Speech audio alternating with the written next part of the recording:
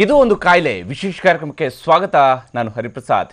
ಬಾಲಕಿಯರಿಗೆ please ತಬ್ಬಿಕೊಳ್ಳಿ ಎಂದ ಕಿರಾತಕ, ಮಹಿಳೆ ಮುಂದೆ ಗುಪ್ತಾಂಗ ಪ್ರದರ್ಶಿಸಿದ ಕಾಮುಕ, ಸಂತೆಯಲ್ಲಿ ಮಹಿಳೆಗೆ ಚುಂಬಿಸಲು ಯತ್ನಿಸಿದ ಯುವಕ, ಇವರೆಲ್ಲ ಚಿತ್ರ ವಿಚಿತ್ರವಾಗಿ ವರ್ತಿಸ್ತಾ ಇರುವಂಥದ್ದು ಏಕೆ ಗೊತ್ತಾ? ಇದುವೇ ಇವತ್ತಿನ ವಿಶೇಷ. ಇದು ಒಂದು ಕಾಯಿಲೆ.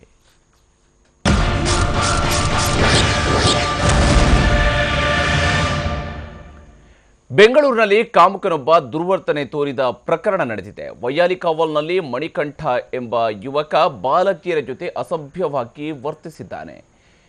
Can you please hug me ಎಂದು ಕರೆದು ವಿದ್ಯಾರ್ಥಿನಿಯರನ್ನ ಕರೆದು ಅಸಭ್ಯವಾಗಿ ವರ್ತಿಸಿದ್ದಾನೆ. ನಿನ್ನೆ ಸಂಜೆ ಈ ಘಟನೆ ನಡೆದಿದ್ದು, ಅಸಭ್ಯವಾಗಿ ವರ್ತಿಸಿದ ಮಣಿಕಂಠನಿಗೆ ಜನರು ಧರ್ಮದೇಟು ಕೊಟ್ಟಿದ್ದಾರೆ. ನಂತರ ಸ್ಥಳದಿಂದ ಎಸ್ಕೇಪ್ ಆಗಿದ್ದ ಮಣಿಕಂಠನನ್ನ ವೈಯಾಲಿಕಾವಲ್ ಇನ್ಸ್ಪೆಕ್ಟರ್ ಶ್ರೀಧರ್ ಪೂಜಾರಿ ನೇತೃತ್ವದ ಪೊಲೀಸರ ತಂಡ ಅರೆಸ್ಟ್ ಮಾಡಿದೆ.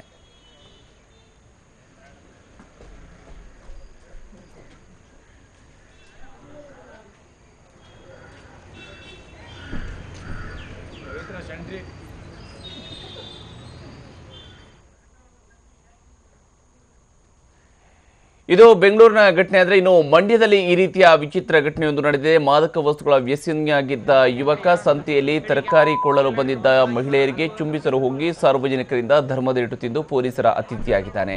ನಿನ್ನೆ ಮದ್ದೂರು ಪಟ್ಟಣದಲ್ಲಿ ನಡೆಯುತ್ತಿದ್ದ ಸಂತೆಯ ಬಳಿಗೆ ಬಂದಿದ್ದ 22 ವರ್ಷ ವಯಸ್ಸಿನ ಮದ್ದೂರು ಪಟ್ಟಣದ ನಿವಾಸಿ ಅಹಮದ್ ಉಮಾರ್ ಎಂಬಾತ ಈ ಕೃತ್ಯ ಎಸಗಿದ್ದಾನೆ. ಮಾದಕ ವ್ಯಸನಿಯಾಗಿದ್ದ ಅಹಮದ್ ಮತ್ತಿನಲ್ಲಿ ಸಂತೆಯೊಳಗೆ ಪ್ರವೇಶಿಸಿ ಮಹಿಳೆಯ ಮೇಲೆ ಬೀಳಲು ಆರಂಭಿಸಿದ್ದಾನೆ. ಇದರಿಂದ ಕೆರಳಿದ ಜನರು ಆತನಿಗೆ ಧರ್ಮದೇಟು ಕೊಟ್ಟಿದ್ದಾರೆ. ಜನರು ಬೆತ್ತಲೆಗೊಳಿಸಿ ಬೀದಿಯಲ್ಲಿ ಥಳಿಸಿದ್ದಲ್ಲದೆ ಸಂತೆ ಮೈದಾನದ ಬಳಿಯಲ್ಲೇ ವಿದ್ಯುತ್ ಕಂಬಕ್ಕೆ ಕಟ್ಟಿ ಹಾಕಿ ಹಿಗ್ಗಾಮುಗ್ಗಾ ಥಳಿಸಿದ್ದಾರೆ.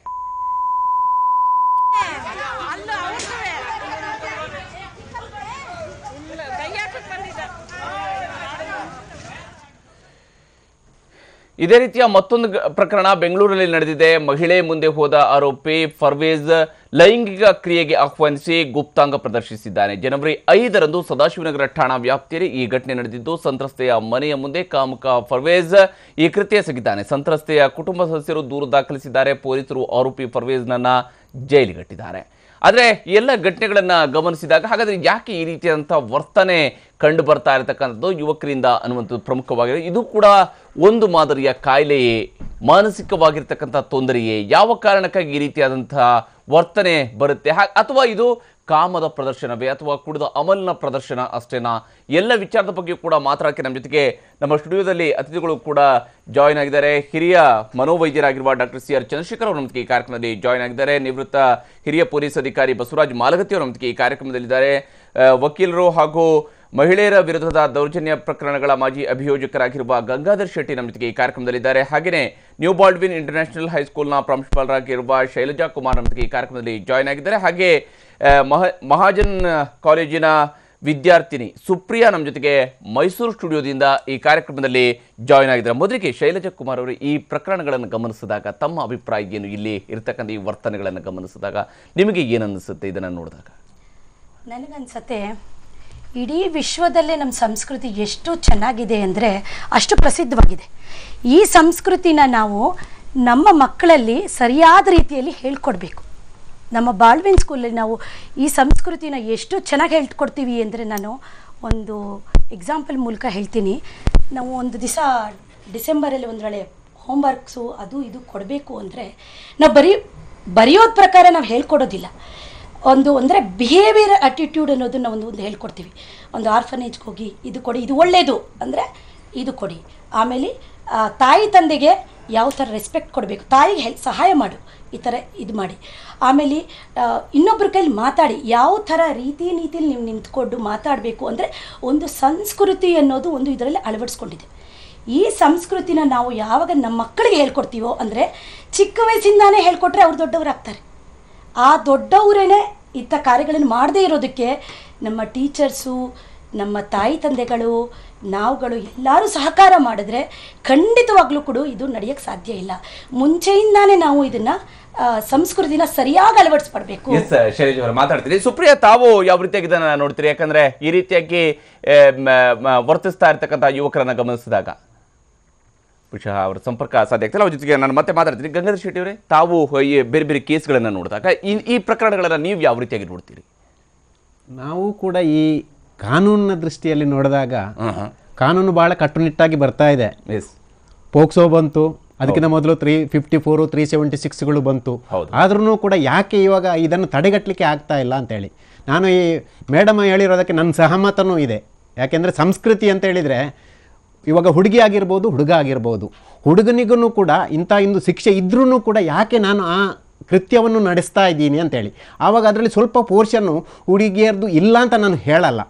ಯಾಕೆ ಅಂತ ಹೇಳಿದರೆ ನಾನಾಗಿ ಹೋಗಬಾರ್ದು. ಇವಾಗ ಚಿಕ್ಕ ಮಕ್ಕಳ ಮೇಲೆ ದೌರ್ಜನ್ಯಗಳಾದಾಗ ಅತ್ಯಾಚಾರ ಅಥವಾ ಅವನ ಸಹಮತ ಇಲ್ಲದೆ ಇರ್ಬೋದು. ಆದರೆ ಈ ಮೇಜರ್ಗೆ ಬಂದಾಗ ಅಥವಾ ಮೆಜಾರಿಟಿಗೆ ಅಂದರೆ ಅವರ ಪ್ಯುಬರ್ಟಿಯಿಂದ ಮೇಲೆ ಬಂದಾಗ ಆ ಟೈಮಲ್ಲಿ ಆ ಸಂಸ್ಕೃತಿಯನ್ನು ತಂದೆ ತಾಯಿಗಳು ತಮ್ಮ ಎಜುಕೇಷನಲ್ ಇನ್ಸ್ಟಿಟ್ಯೂಷನ್ಗಳು ಮನದಟ್ಟು ಮಾಡಿದಾಗ ಆ ಸಂಸ್ಕೃತಿ ನಾನು ಈ ರೀತಿ ಹೋಗಬಾರ್ದು, ಈ ರೀತಿ ಹೋದರೆ ಈ ರೀತಿ ಶಿಕ್ಷೆ ಆಗುತ್ತೆ ಅನ್ನುವ ವಿಚಾರ ಹುಡುಗನಿಗೆ ಬರಬೇಕು.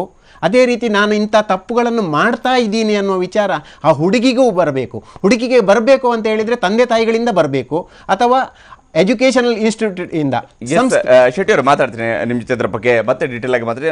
ಮಾರ್ಗತಿ ಅವರು ತಾವು ಯಾವ ರೀತಿ, ಯಾಕಂದ್ರೆ ಪೊಲೀಸರು ಇದನ್ನ ಕಾಯಿಲೆ ದೃಷ್ಟಿಯಿಂದ ನೋಡ್ತಾರೆ ಅಥವಾ ಯಾವ ದೃಷ್ಟಿಯಿಂದ ನೋಡ್ತಾರೆ ಇಂತಹ ವರ್ತನೆಗಳನ್ನ? ನನ್ನ ಲೆಕ್ಕದಲ್ಲಿ ಇದು ಅನಾದಿ ಕಾಲದಿಂದ ಈ ಕಾಯಿಲೆ ಇದೆ. ನಾವು ಹೆಣ್ಣದನ್ನು ಒಂದು ಭೋಗದ ವಸ್ತುವಾಗಿ, ಇವನ್ ಧಾರ್ಮಿಕ ನಾವು ಏನು ಪವಿತ್ರ ಗ್ರಂಥ ಅಂತೀವಿ, ಭಗವದ್ಗೀತೆಯಲ್ಲಿನೇ ಹೆಣ್ಣನ್ನು ಭಾಳ ಕೀಳಾಗಿ ಕಂಡಿದ್ದಾರೆ ಕೆಲವೊಂದು ವಚನಗಳಲ್ಲಿ, ಕೆಲವೊಂದು ಶ್ಲೋಕಗಳಲ್ಲಿ. ಅದೇ ರೀತಿ ಮಹಾಭಾರತ, ರಾಮಾಯಣ, ಮಹಾಭಾರತದಲ್ಲಿ ನೋಡಿ ಅವನು ಸೀರೆ ಎಳೆಯೋದನ್ನು ಎಲ್ಲರೂ ಕೂತ್ಕೊಂಡು ನೋಡ್ತಿರ್ತಾರೆ, ಕೆಲವೊಂದು ನಗ್ತಿರ್ತಾರೆ. ಹೀಗೆ ನಾವು ಬೆಳೆಸೋ ರೀತಿನೂ ಹೆಣ್ಣು ಮಕ್ಕಳಿಗೆ ಒಂದು ರೀತಿ ಬೇರೆ, ಗಂಡು ಮಕ್ಕಳಿಗೆ ಒಂದು ಬಿಡ್ತೀವಿ. ನನ್ನ ಅಜ್ಜಿನೇ ಇದ್ಳು ನಮಗೆ ಹಾಲು ಕೊಡೋಕ್ಕೆ ಬೆಳಿಗ್ಗೆ ಎದ್ದು ಬೆಣ್ಣೆ ತಿನ್ನಂತ ನೋಡು. ಹೆಣ್ಮಕ್ಳಿಗೆ ಆದರೆ ನೀ ಗಂಡು ತೊಗೊಂಡು ತಿಂದು ಗಂಡನ ಮನೆಗೆ ಹೋಗೋಳು, ಗಂಡು ಹುಡುಗರಾದ್ರೆ ಇಲ್ಲೇ ಇರ್ತವೆ, ದುಡ್ಡು ಹಾಕ್ತವೆ ನಮಗೆ, ಅದಕ್ಕೆ ಅಂತ ತಿಳ್ಕೊಂಡು ಈ ರೀತಿ ಬೆಳೆಸೋರು. ಸೊ ನಾವು ಬೆಳೆಸೋ ರೀತಿ, ನಮ್ಮ ಹಿಂದಿನ ಸಂಸ್ಕೃತಿ, ನಾವೇನೋ ಪವಿತ್ರ, ನಮ್ಮ ಸಂಸ್ಕೃತಿ ಅನಾದಿ ಕಾಲದಿಂದ ಭಾಳ ಶ್ರೇಷ್ಠ ಸಂಸ್ಕೃತಿ ಅಂತ ಹೇಳ್ತೀವಿ. ಎಲ್ಲನೂ ಹೆಣ್ಣನ್ನು ಭಾಳ ತುಷ್ಟ ರೀತಿಯಲ್ಲಿ ನಾವು ನೋಡ್ತಾ ಬಂದಿದ್ದೀವಿ.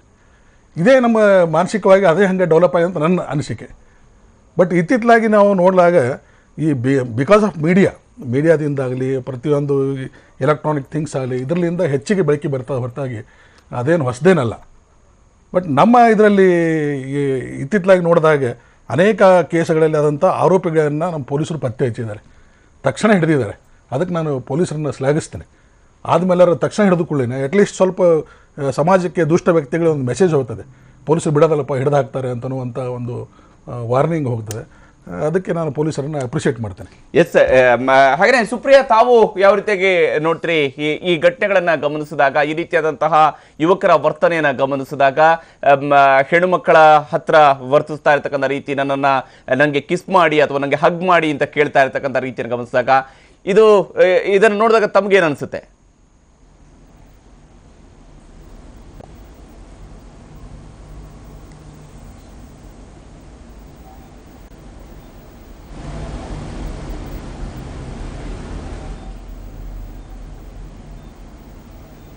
ಬಹುಶಃ ಜೊತೆಗೆ ಮತ್ತೆ ಮಾತಾಡ್ತೀನಿ ನಾನು. ಯಾಕಂದ್ರೆ ನಾನು ಡಾಕ್ಟರ್ ಚಂದ್ರಶೇಖರ್ ಅವ್ರ ಜೊತೆಗೆ, ಸಿ ಆರ್ ಚಂದ್ರಶೇಖರ್ ಅವ್ರ ಜೊತೆಗೆ ಇದರ ಬಗ್ಗೆ ಕೊನೆಯದಾಗಿ ಮಾತಾಡಬೇಕು ಅಂತ ಹೇಳುವಂಥದ್ದು ಇದನ್ನು, ಯಾಕಂದ್ರೆ ಈ ಎಲ್ಲ ವರ್ಷನ್ಸ್, ಯಾಕಂದ್ರೆ ಇಂತಹ ಒಂದು ಕೃತ್ಯವನ್ನ ಗಮನಿಸಿದಾಗ ಬರ್ತಕ್ಕಂಥ ವರ್ಷನ್ಸ್ ಬೇರೆ ಬೇರೆ ಇರುತ್ತೆ. ಆದರೆ ಒಬ್ಬ ಮನೋವೈದ್ಯರಾಗಿ ಅವರು ಇದನ್ನು ಹೇಗೆ ನೋಡ್ತಾರೆ ಅನ್ನೋದು ಕೂಡ ವೆರಿ ಇಂಪಾರ್ಟೆಂಟ್ ಆಗಿರ್ತಕ್ಕಂಥದ್ದು ಡಾಕ್ಟರ್ ಸಿ ಆರ್ ಚಂದ್ರಶೇಖರ್ ಅವರು. ಯಾಕಂದ್ರೆ ಈ ಘಟನೆ, ಯಾಕಂದ್ರೆ ಕಾನೂನಿನ ದೃಷ್ಟಿಯಿಂದ ನೋಡಿದಾಗ ಇದು ತಪ್ಪು, ಇದು ಅಪರಾಧ ಅಂತೇಳಿ ಆಗುತ್ತೆ. ಆದರೆ ಒಬ್ಬ ಮನೋವೈದ್ಯರಾಗಿ ತಾವು ಇದನ್ನು ಹೇಗೆ ನೋಡ್ತೀರಿ ಇಂತಹ ಘಟನೆಗಳನ್ನು? ಸೊ ಪುರುಷ 15ನೇ ವಯಸ್ಸಿನಿಂದ 30ನೇ ವಯಸ್ಸು ತನಕನೂ ಲೈಂಗಿಕವಾಗಿ ಸಕ್ರಿಯವಾಗಿರ್ತಾನೆ, ದೈಹಿಕವಾಗಿ ಮತ್ತು ಮಾನಸಿಕವಾಗಿ. ಏಕೆಂತಂದರೆ ಟೆಸ್ಟೋಸ್ಟಿರೋನ್ ಹಾರ್ಮೋನ್, ಇದು ಪುರುಷ ಹಾರ್ಮೋನು, ಇದು ಅತಿ ಹೆಚ್ಚಾಗಿ ಉತ್ಪತ್ತಿ ಆಗುತ್ತೆ. ಈ ಟೆಸ್ಟೋಸ್ಟಿರೋನ್ ಹಾರ್ಮೋನ್ ಲೈಂಗಿಕ ಆಸೆಯನ್ನು ಬರೆಸುತ್ತೆ, ಹಾಗೆ ಲೈಂಗಿಕ ಕ್ರಿಯೆಗೆ ಅದನ್ನು ಪ್ರಚೋದನೆ ಮಾಡುತ್ತೆ. So 15 to 30. ಓಕೆ, ಹಿಂದೆನೂ ಇತ್ತು, ಈಗ ಯಾಕೆ ಜಾಸ್ತಿ ಆಗ್ತಿದೆ ಅಂತಂದರೆ 4 ಕಾರಣಗಳನ್ನು ನಾನು ಸುಲಭವಾಗಿ ಊಹಿಸ್ಬೋದು. ಒಂದು, ಪ್ರಚೋದನೆ. ನೀವು ಎಲ್ಲ ಮೀಡಿಯಾ, ಪ್ರಿಂಟ್ ಮೀಡಿಯಾ ತೆಗೆದುಕೊಳ್ಳಿ, ಎಲೆಕ್ಟ್ರಾನಿಕ್ ಮೀಡಿಯಾ ತೆಗೆದುಕೊಳ್ಳಿ, ಮೊಬೈಲ್ ತೆಗೆದುಕೊಳ್ಳಿ ಅಥವಾ ಕಂಪ್ಯೂಟರ್ ತೆಗೆದುಕೊಳ್ಳಿ, ಎಲ್ಲದರಲ್ಲೂ ಕಾಮಪ್ರಚೋದಕ ದೃಶ್ಯಗಳು, ಕಾಮಪ್ರಚೋದಕ ಚಟುವಟಿಕೆಗಳು ಯಾರು ಬೇಕಾದ್ರೂ ನೋಡ್ಬೋದು ಇವತ್ತು. ಅದರಲ್ಲೂ ಯುವಕರಿಗಂತೂ ಮೊಬೈಲ್ನ ಸಿಗುತ್ತೆ, $20 ಕೊಟ್ಟರೆ ಸೈಬರ್ ಕೆಫೆಗೆ ಹೋಗಿ ಏನು ಬೇಕಾದ್ರೂ ನೋಡ್ಬೋದು. 3ನೇದು ಆಲ್ಕೋಹಾಲ್. ಯಾಕಂದರೆ ನೀವು ನ್ಯೂ ಇಯರ್ನಲ್ಲಿ ಆಗಿದ್ದು ಮುಖ್ಯವಾಗಿ ಆಲ್ಕೋಹಾಲ್. ಯಾಕಂದರೆ ಅವತ್ತು ಅವ್ರು ಕುಡಿದ್ರೆ ಅವರ ಪಾಪಿಗಳು ನ್ಯೂ ಇಯರ್ಸ್ ಡೇ ದಿವಸ ಎಲ್ಲ ಆಲ್ಕೋಹಾಲ್ ತೆಗೆದುಕೊಳ್ತಾರೆ. ಆಲ್ಕೋಹಾಲ್ ನಶೆ ಬರ್ತದೆ. ನಶೆನಲ್ಲಿ ಕೂಗೋದು, ಕಿರ್ಚಾಡೋದು, ಇಲ್ಲಾಂತಂದರೆ ಪುರುಷನ ಅಹಂ, ನಾನು ಪುರುಷ, ಸ್ತ್ರೀಯನ್ನು ರೇಗಿಸಬೇಕು, ಸ್ತ್ರೀಯನ್ನು ದೃಷ್ಟಿಯಿಂದ ನೋಡಬೇಕು, ಅಥವಾ ಸಾಧ್ಯವಾಯಿತು ಅಂತಂದರೆ ಲೈಂಗಿಕ ಮಾಡಬೇಕು ಅಂತಕ್ಕಂಥ ಭಾವನೆಯನ್ನು ಅದು ಪ್ರಚೋದಿಸುತ್ತೆ. ಶೇಕ್ಸ್ಪಿಯರ್ ಹೇಳ್ತಾನೆ, alcohol induces desire but takes away the performance. ಇಲ್ಲಿ ಯಾವಾಗ ಡಿಸೈರ್ ಇಂಡ್ಯೂಸ್ ಆಗುತ್ತೆ ದೆನ್ ದೇ ಮಿಸ್ಬಿಹೇವ್. ಹಾಗೆ ಮಾದಕ ಪದಾರ್ಥಗಳು, ಹಾಗೆ ಇಡೀ ಸಮಾಜ. ಮೇಡಮ್ ಹೇಳ್ತಾ ಇರೋ ನಮ್ಮದು ಭಾಳ ಸಂಸ್ಕೃತಿ ಅಂತ. ಅದು ಈಗೇನಾಗಿದೆ, ಪಾಶ್ಚಿಮಾತ್ಯ ಸಂಸ್ಕೃತಿ ನಾವು ಬರಮಾಡ್ಕೊಂಡ್ಬಿಟ್ಟಿದ್ದೇವೆ. ಅಲ್ಲಿ ಮುಕ್ತ, ಎಲ್ಲವೂ ಮುಕ್ತ, ಸೆಕ್ಸು ಮುಕ್ತ ಆಗುತ್ತೆ. ಯಾವುದೇ ಈಗ ಮಸ್ತ್ ಮಜಾ ಮಾಡಿ, ಈಗ ಸ್ಲೋಗನ್ ಈಗ ನಮ್ಮ ಯುವತಿಯರಿಗೆ ಮಸ್ತ್ ಮಜಾ ಮಾಡಿ, ಆ ಕ್ಷಣಕ್ಕೆ ಖುಷಿಪಡಿ. ಆಲ್ಕೋಹಾಲ್ ಕುಡಿದು ಖುಷಿಪಡಿ, ಇನ್ನೊಬ್ಬರು ರೇಗಿಸಿ ಖುಷಿಪಡಿ, ದುಡ್ಡು ಮಾಡಿ ಖುಷಿಪಡಿ, ಬೈಕ್ ರೈಡ್ ಮಾಡಿ 120 ಕಿಲೋಮೀಟರ್ಸ್ ರೈಡ್ ಮಾಡಿ ಖುಷಿಪಡಿ. ಒಟ್ಟು ಖುಷಿ ಪಡ್ತಕ್ಕಂಥದ್ದು ಇಂದಿನ ಯುವಜನಾಂಗದ ಇಡೀ ಪ್ರಪಂಚದಾದ್ಯಂತ ನಮ್ಮ ದೇಶಕ್ಕೂ ಆ ಸ್ಲೋಗನ್ ಬಂದಾಯಿತು.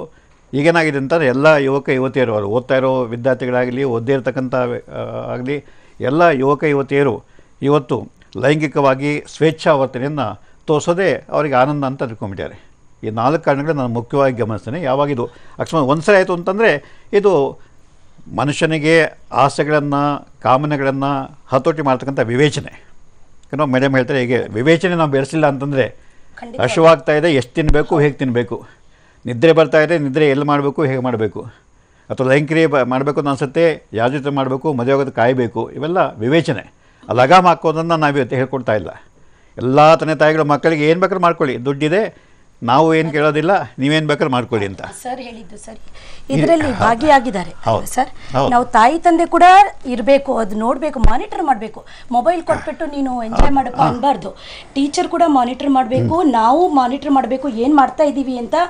ಸುಮ್ಮನೆ ಲ್ಯಾಪ್ಟಾಪ್ ಕೊಟ್ಬಿಟ್ಟು ನಾನು ಹೋಗ್ಬಿಟ್ಟು ಬರ್ತೀನಿ ಅಂತ ಹೇಳಬಾರ್ದು. ಮನೇಲಿ ಮಕ್ಕಳು ಏನು ಮಾಡ್ತಾ ಇರೋದು ನಮ್ಮ ಡ್ಯೂಟಿ ಕೂಡ ಇರುತ್ತೆ, ತಾಯಿ ತಂದೆ ಡ್ಯೂಟಿನೂ ಇರುತ್ತೆ, ಸ್ಕೂಲಿಗೆ ಬಂದಾಗ ಟೀಚರ್ಸ್ ಡ್ಯೂಟಿ ಇರುತ್ತೆ, ಆಚೆ ಕಡೆ ಇದ್ದಾಗ ಫ್ರೆಂಡ್ಸ್ ಡ್ಯೂಟಿ, ಎಲ್ಲರ ಡ್ಯೂಟಿ. ನಾವೆಲ್ಲರೂ ರೆಸ್ಪಾನ್ಸಿಬಿಲಿಟಿ ಇದಕ್ಕೆ. ಸೊಸೈಟಿನ ಕರೆಕ್ಟಾಗಿ ನಮ್ಮ ಸಂಸ್ಕೃತಿನ ಅಳವಡಿಸದೇ ಇದ್ರೆ ತುಂಬಾ ಕಷ್ಟ ಆಗುತ್ತೆ. ಈಗ ಒಬ್ಬಂಟಿಯಾಗಿದ್ದಾಗ ಮಾಡ್ತಕ್ಕಂಥ ವರ್ತನೆ ಒಂದು ರೀತಿ, ಆದ್ರೆ ಸಾರ್ವಜನಿಕರ ಮುಂದೆ ಬಂದಿದ್ದಾಗ ವರ್ತನೆ ಈ ರೀತಿಯಂತ ವರ್ತನೆ ಕಾಮಾತುರಾಣಂ ನಾಲಜ್ಜ ನಾ ಭಯ. ಯಾವಾಗ ಕಾಮದ ಆಸೆ ಬರ್ತದೆ, ಅದು ಆಲ್ಕೋಹಾಲ್ನಿಂದ ಜಾಸ್ತಿ ಆಗಿರ್ಬೋದು, ಇಲ್ಲ ಈಗ ತಾನೇ 5 ನಿಮಿಷದಿಂದ ಪೋರ್ನೋಗ್ರಫಿ ನೋಡ್ಕೊಂಡು ಬಂದಿದ್ದಾನೆ, ಆಸೆ ಬರ್ತಾ ಇದೆ, ಅವಾಗ ಅವನಿಗೆ ಯಾವುದೇ ಲಜ್ಜೆ ಇಲ್ಲ. ಪೊಲೀಸರು ಎದುರುಗಡೆ ಇದ್ದರೂ ಕೂಡ ಪೊಲೀಸನ್ನು ಬೇಕೆಂದು ತಳ್ಳಿ ಹೋಗಿ ಒಂದು ಹೆಣ್ಣು ನಿಂತ್ಕೊಳ್ತಾನೆ. ಯಾಕೆಂದರೆ ಕಾಮದ ಆತುರ ಬಂದಾಗ ಚಿನ್ನದ ಆತುರಕ್ಕಿಂತ ಅನ್ನದ ಆತುರ ಜಾಸ್ತಿ, ಅನ್ನದ ಆತುರಕ್ಕಿಂತ ಗಂಡು ಹೆಣ್ಣಿನ ಒಲವು ಜಾಸ್ತಿ ಅಂತ ಗುಂಡಪ್ಪನವರು ಹೇಳ್ಬಿಟ್ಟಿದ್ದಾರೆ. ಹಾಗಾಗಿ ಇಲ್ಲಿ ಒಲವಿಗಿಂತ ಕಾಮ ಅತ್ಯಂತ ತೀಕ್ಷ್ಣ. ಯಾಕೆಂತಂದರೆ ಮನುಷ್ಯನನ್ನು ಆಡಿಸ್ತಕ್ಕಂಥ ಆಸೆಗಳಲ್ಲಿ ಕಾಮ ಅತ್ಯಂತ ತೀಕ್ಷ್ಣ ಬರ್ತದೆ. ಯಾಕಂದರೆ ಬಂದಾಗ ನಿಮಗೆ ಯಾವ ಕಾನೂನು ಜ್ಞಾಪಕ ಬರೋದಿಲ್ಲ, ಲಜ್ಜೆ ಇಲ್ಲ, ನಾಚಿಕೆ ಇಲ್ಲ, ಮಾಡಬಾರ್ದು ಅಂತಕ್ಕಂಥ ವಿವೇಚನೆ ಇಲ್ಲ. ಗೊತ್ತಾಯ್ತೆ, ಎಲ್ಲರ ಮುಂದೆ ಬಹಿರಂಗವಾಗಿ ಬಟ್ಟೆ ಬಿಚ್ಚ ನಿಂತ್ಕೊಳ್ತಾನವನು. ಅದು ಇನ್ನೊಬ್ಬ ಹೆಂಗಸಿಗೆ ಬಾ ಸೆಕ್ಸ್ ಮಾಡೋಣ ಅಂತ ಕರೆಯುವಂಥ ಮಟ್ಟಿಗೆ ಎಳೆದು ಬಿಡ್ತಾನೆ. ಯಾಕೆಂದರೆ ಅವಾಗ ಅವನು ಏನು ಮಾಡ್ತೀನಿ ಅಂತ ಅವನಿಗೆ ಗೊತ್ತೇ ಇಲ್ಲ. ಯಾಕೆಂದರೆ ಅವನ ಕಾಮ ಅವನ ಮನಸ್ಸನ್ನು ಪೂರ್ಣವಾಗಿ ಆವರಿಸ್ಕೊಂಡಿರುತ್ತೆ. ಇದು ಪದೇ ಆಗ್ತಾಯಿತ್ತು ಅಂದರೆ ನೀವು ಕೊಟ್ಟಿರೋ ಟೈಟಲ್ ಏನೋ ಕಾಯಿಲೆ, ಇದು ಕಾಯಿಲೆ ಆಗುತ್ತೆ. ಇದು ಅಬ್ನಾರ್ಮಲ್ ಸೆಕ್ಷುವಲ್ ಬಿಹೇವಿಯರ್ ಪದೇ ರಿಪೀಟ್ ಆಯಿತು ಅಂತಂದರೆ ಇದು ಮಾನಸಿಕ ರೋಗವಾಗುತ್ತೆ, ಮಾನಸಿಕ ಅಸ್ವಸ್ಥತೆ ಅಂತ ಹೇಳ್ತೇವೆ. ಯಾಕೆಂದರೆ ಅಲ್ಲಿ ಆ ಕಾಮದ ಆತುರಕ್ಕೆ ಬಂದಂಥ ವ್ಯಕ್ತಿ ತನ್ನ ಎಲ್ಲ ಕೆಲಸಗಳನ್ನು ಬದಿಕೊಡ್ತಾನೆ. ಅವನು ಊಟ ಬೇಕಾಗೋದಿಲ್ಲ, ನಿದ್ರೆ ಬೇಕಾಗೋದಿಲ್ಲ, ಕೆಲಸ ಮಾಡೋದು ಬೇಕಾಗೋದಿಲ್ಲ, ಓದೋದು ಏನೂ ಬೇಕಾಗೋದಿಲ್ಲ. ಬೇಕಾಗಿದ್ದನ್ನು ಆಸೆ ಬಂದಾಗ ನಾನು ಸೆಕ್ಸ್ ಮಾಡಬೇಕಷ್ಟೇ. ಯಾರ ಜೊತೆ ಯಾರು ಸಿಕ್ಕರು ಸರಿ, ಅದು ಒಂದು 2 ವರ್ಷದ ಮಗು ಆಗ್ಬೋದು, 70 ವರ್ಷದ ಮುದುಕಿ ಆಗ್ಬೋದು, ಅವನಿಗೆ ಅದ್ರ ಬಗ್ಗೆ ವಿವೇಚನೆ ಇಲ್ಲವೇ ಇಲ್ಲ. ಹಾಗಾಗಿ ಇದು ಶುರುವಿನಲ್ಲಿ ಅಬ್ನಾರ್ಮಲ್ ಬಿಹೇವಿಯರ್. ಕಾಮವನ್ನು, ಆಸೆಯನ್ನು ಹತೋಟಿ ಮಾಡಲಿಕ್ಕೆ ನಿಮಗೆ ವಿವೇಚನೆ ಇಲ್ಲ, ಲಗಾಮು ಹಾಕೋದಕ್ಕೆ ನಿಮಗೆ ಗೊತ್ತಿಲ್ಲ, ಯಾರೂ ಹೇಳ್ಕೊಟ್ಟಿಲ್ಲ. ಅಥವಾ ಪ್ರತಿ ಕ್ಷಣ ನಿಮಗೆ ಪ್ರಚೋದನೆ ಸಿಗುತ್ತೆ, ಪ್ರತಿ ಕ್ಷಣ ಪ್ರಚೋದನೆ. ನೀವು ಯಾವುದೇ ಟಿ ವಿ ಓಪನ್ ಮಾಡಿ, ಯಾವುದೇ ಪ್ರೋಗ್ರಾಮ್ ಮಾಡಿ, ರಿಯಾಲಿಟಿ ಶೋ ಇರ್ಬೋದು ಅಥವಾ ನಮ್ಮ ಸೀರಿಯಲ್ಗಳಿರ್ಬೋದು, ಸೀರಿಯಲ್ಗಳಲ್ಲಿ ಹೆಂಗಸರು ಹೇಗೆ ಡ್ರೆಸ್ ಮಾಡ್ಕೊಳ್ತಾರೆ, ಹೇಗೆ ಪ್ರಚೋದಕವಾಗಿ ನಿಂತ್ಕೊಳ್ತಾರೆ, ಸೆಕ್ಸಿಯಾಗಿ ಕಾಣ್ತಕ್ಕಂಥದ್ದೇ ಆಕರ್ಷಣೆ ಅಂತಕ್ಕಂಥ ಕಾನ್ಸೆಪ್ಟನ್ನು ನಮ್ಮ ಎಲ್ಲ ಟಿ ವಿ ಪ್ರೋಗ್ರಾಮ್ಗಳಲ್ಲಿ, ಎಲ್ಲ ಸಿನಿಮಾಗಳಲ್ಲಿ, ಎಲ್ಲ ತಾರೆಯರು ಪಾಪ ತಾರೆಯರಿಗೆ ಪಾಪ ಹೊಟ್ಟೆ ಪಾಡೋದು. ಡೈರೆಕ್ಟ್ ಹೇಳ್ತಾನೆ ಅಥವಾ ನಿರ್ಮಾಪಕ ಹೇಳ್ತಾನೆ, ನೀನು ಈಗ ಇರಬೇಕಮ್ಮ, ನೀನು ಸೆಕ್ಸಿಯಾಗಿ ಕಾಣಬೇಕು, ನೋಡೋರ ಮನಸ್ಸಲ್ಲಿ ಕಾಮದ ಭಾವನೆ ಉತ್ಪತ್ತಿ ಆಗಬೇಕು. ಈಗ ಏನು ಪ್ರಪಂಚದಂತೆ ಹೂ ಇಸ್ ಸೆಕ್ಸಿಯಸ್ಟ್ ವುಮನ್ ಅಂತ ಅನೌನ್ಸ್ ಮಾಡ್ತಾರೆ, ಹೂ ಇಸ್ ಸೆಕ್ಸಿಯಸ್ಟ್ ಮ್ಯಾನ್ ಅಂತ ಅನೌನ್ಸ್ ಮಾಡ್ತಾರೆ. ಅವ್ರಿಗೇನು ಬೇರೆ ಕೆಲಸ ಇಲ್ವಾ? ಬೇರೆ ಕೆಲಸ ಇಲ್ಲ ಅವರಿಗೆ. ಇದೆಲ್ಲ ಮಾಡಿಬಿಟ್ಟು ಆಮೇಲೆ ನಮ್ಮ ಹುಡುಗರು ದಾರಿ ತಪ್ಪು ಅಂತಂದ್ರೆ ಅವರಿಗೆ ಬಡಿಯೋದು. ಪಾಪ ಬಡದ್ರೆ ಏನು ಬಂತು? ಮಾತಾಡ್ತೀನಿ ಶೈಲಜ್ ಅವರೇ. ಸುಪ್ರಿಯಾ ಅವರು, ತಾವೇ ಯಾವ ರೀತಿಯಾಗಿ ನೋಡ್ತೀರಿ ಈ ರೀತಿಯಂತ ಘಟನೆಗಳು ನಡೀತಾ ಇರ್ತಕ್ಕಂಥದ್ರ ಬಗ್ಗೆ ತಮ್ಮ ಅಭಿಪ್ರಾಯ ಏನು?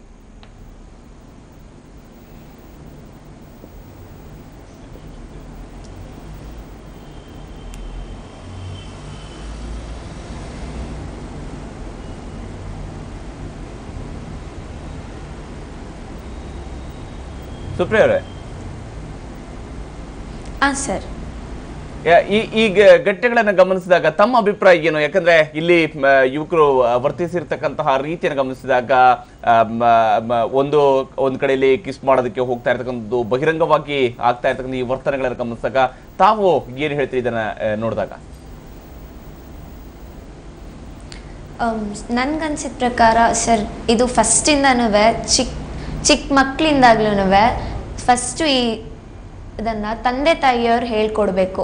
ಒಂದು ಹುಡುಗಿನ ಯಾವ ಥರ ನಾವು ನೋಡಬೇಕು, ಯಾವ ರೀತಿಯಲ್ಲಿ ನಾವು ಅವ್ರನ್ನ ಟ್ರೀಟ್ ಮಾಡಬೇಕು ಅನ್ನೋದು ಫಸ್ಟ್ ಮೊದಲನೇ ಪಾಠ ಅವರಿಗೆ ತಂದೆ ತಾಯಿಯಿಂದ ಬರಬೇಕು. ಅದ ನಂತರ ಈಗ ಎಲ್ಲ ಶಾಲೆಯಲ್ಲಿ, ಸ್ಕೂಲಲ್ಲಿ ಎಲ್ಲ ತುಂಬಾ ಇನ್ಸ್ಟಿಟ್ಯೂಷನ್ ತುಂಬಾ ಡೆವಲಪ್ ಆಗಿದೆ. ಸೊ ಎಲ್ಲ ಶಾಲೆಯಲ್ಲೂ ಅದ್ರ ಬಗ್ಗೆ ಮಕ್ಕಳಿಗೆ ಫಸ್ಟು ನಾಲೆಜ್ ಇರಬೇಕು. ಅದನ್ನು ಹೇಳಕ್ಕೆ ನಾನು ಇಷ್ಟಪಡ್ತೀನಿ. ಎಸ್ ಸುಪ್ರಿಯಾ, ಮಾತಾಡ್ತೀನಿ ನಿಮ್ಮ ಜೊತೆಗೆ. ಗಂಗಾ ಶೆಟ್ಟಿ ಅವರೇ, ಆದರೆ ಕಾನೂನು ಚೌಕಟ್ಟಿನಲ್ಲಿ ನೋಡಿದಾಗ ಇವತ್ತು ಲೈಂಗಿಕ ಶಿಕ್ಷಣವನ್ನು ಕೊಡ್ತಕ್ಕಂಥದ್ರ ಬಗ್ಗೆ ಯೋಚನೆ ಮಾಡಿದಾಗ ನಮಗೆ ಅದೇ ಸಂಸ್ಕೃತಿ ಅಡ್ಡ ಬರುತ್ತೆ.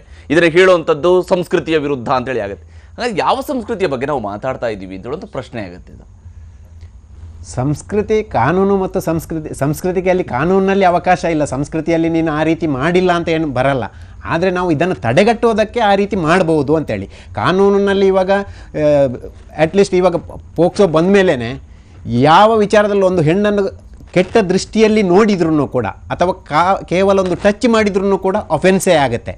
ಮೊದಲೂ ಕೂಡ ಇತ್ತು 354 ಅಂತ ಹೇಳಿಬಿಟ್ಟು ಮಾನಭಂಗ ಅಂತೇಳಿ, ಅಷ್ಟಕ್ಕೆ ಇತ್ತು. ಇವಾಗ ಹೊಸ 2012ರಲ್ಲಿ ಪೋಕ್ಸೋ ಬಂದ ಮೇಲೆ ಇದು ಬಹಳ ಸ್ಟ್ರಿಕ್ಟ್ ಆಗಿದೆ.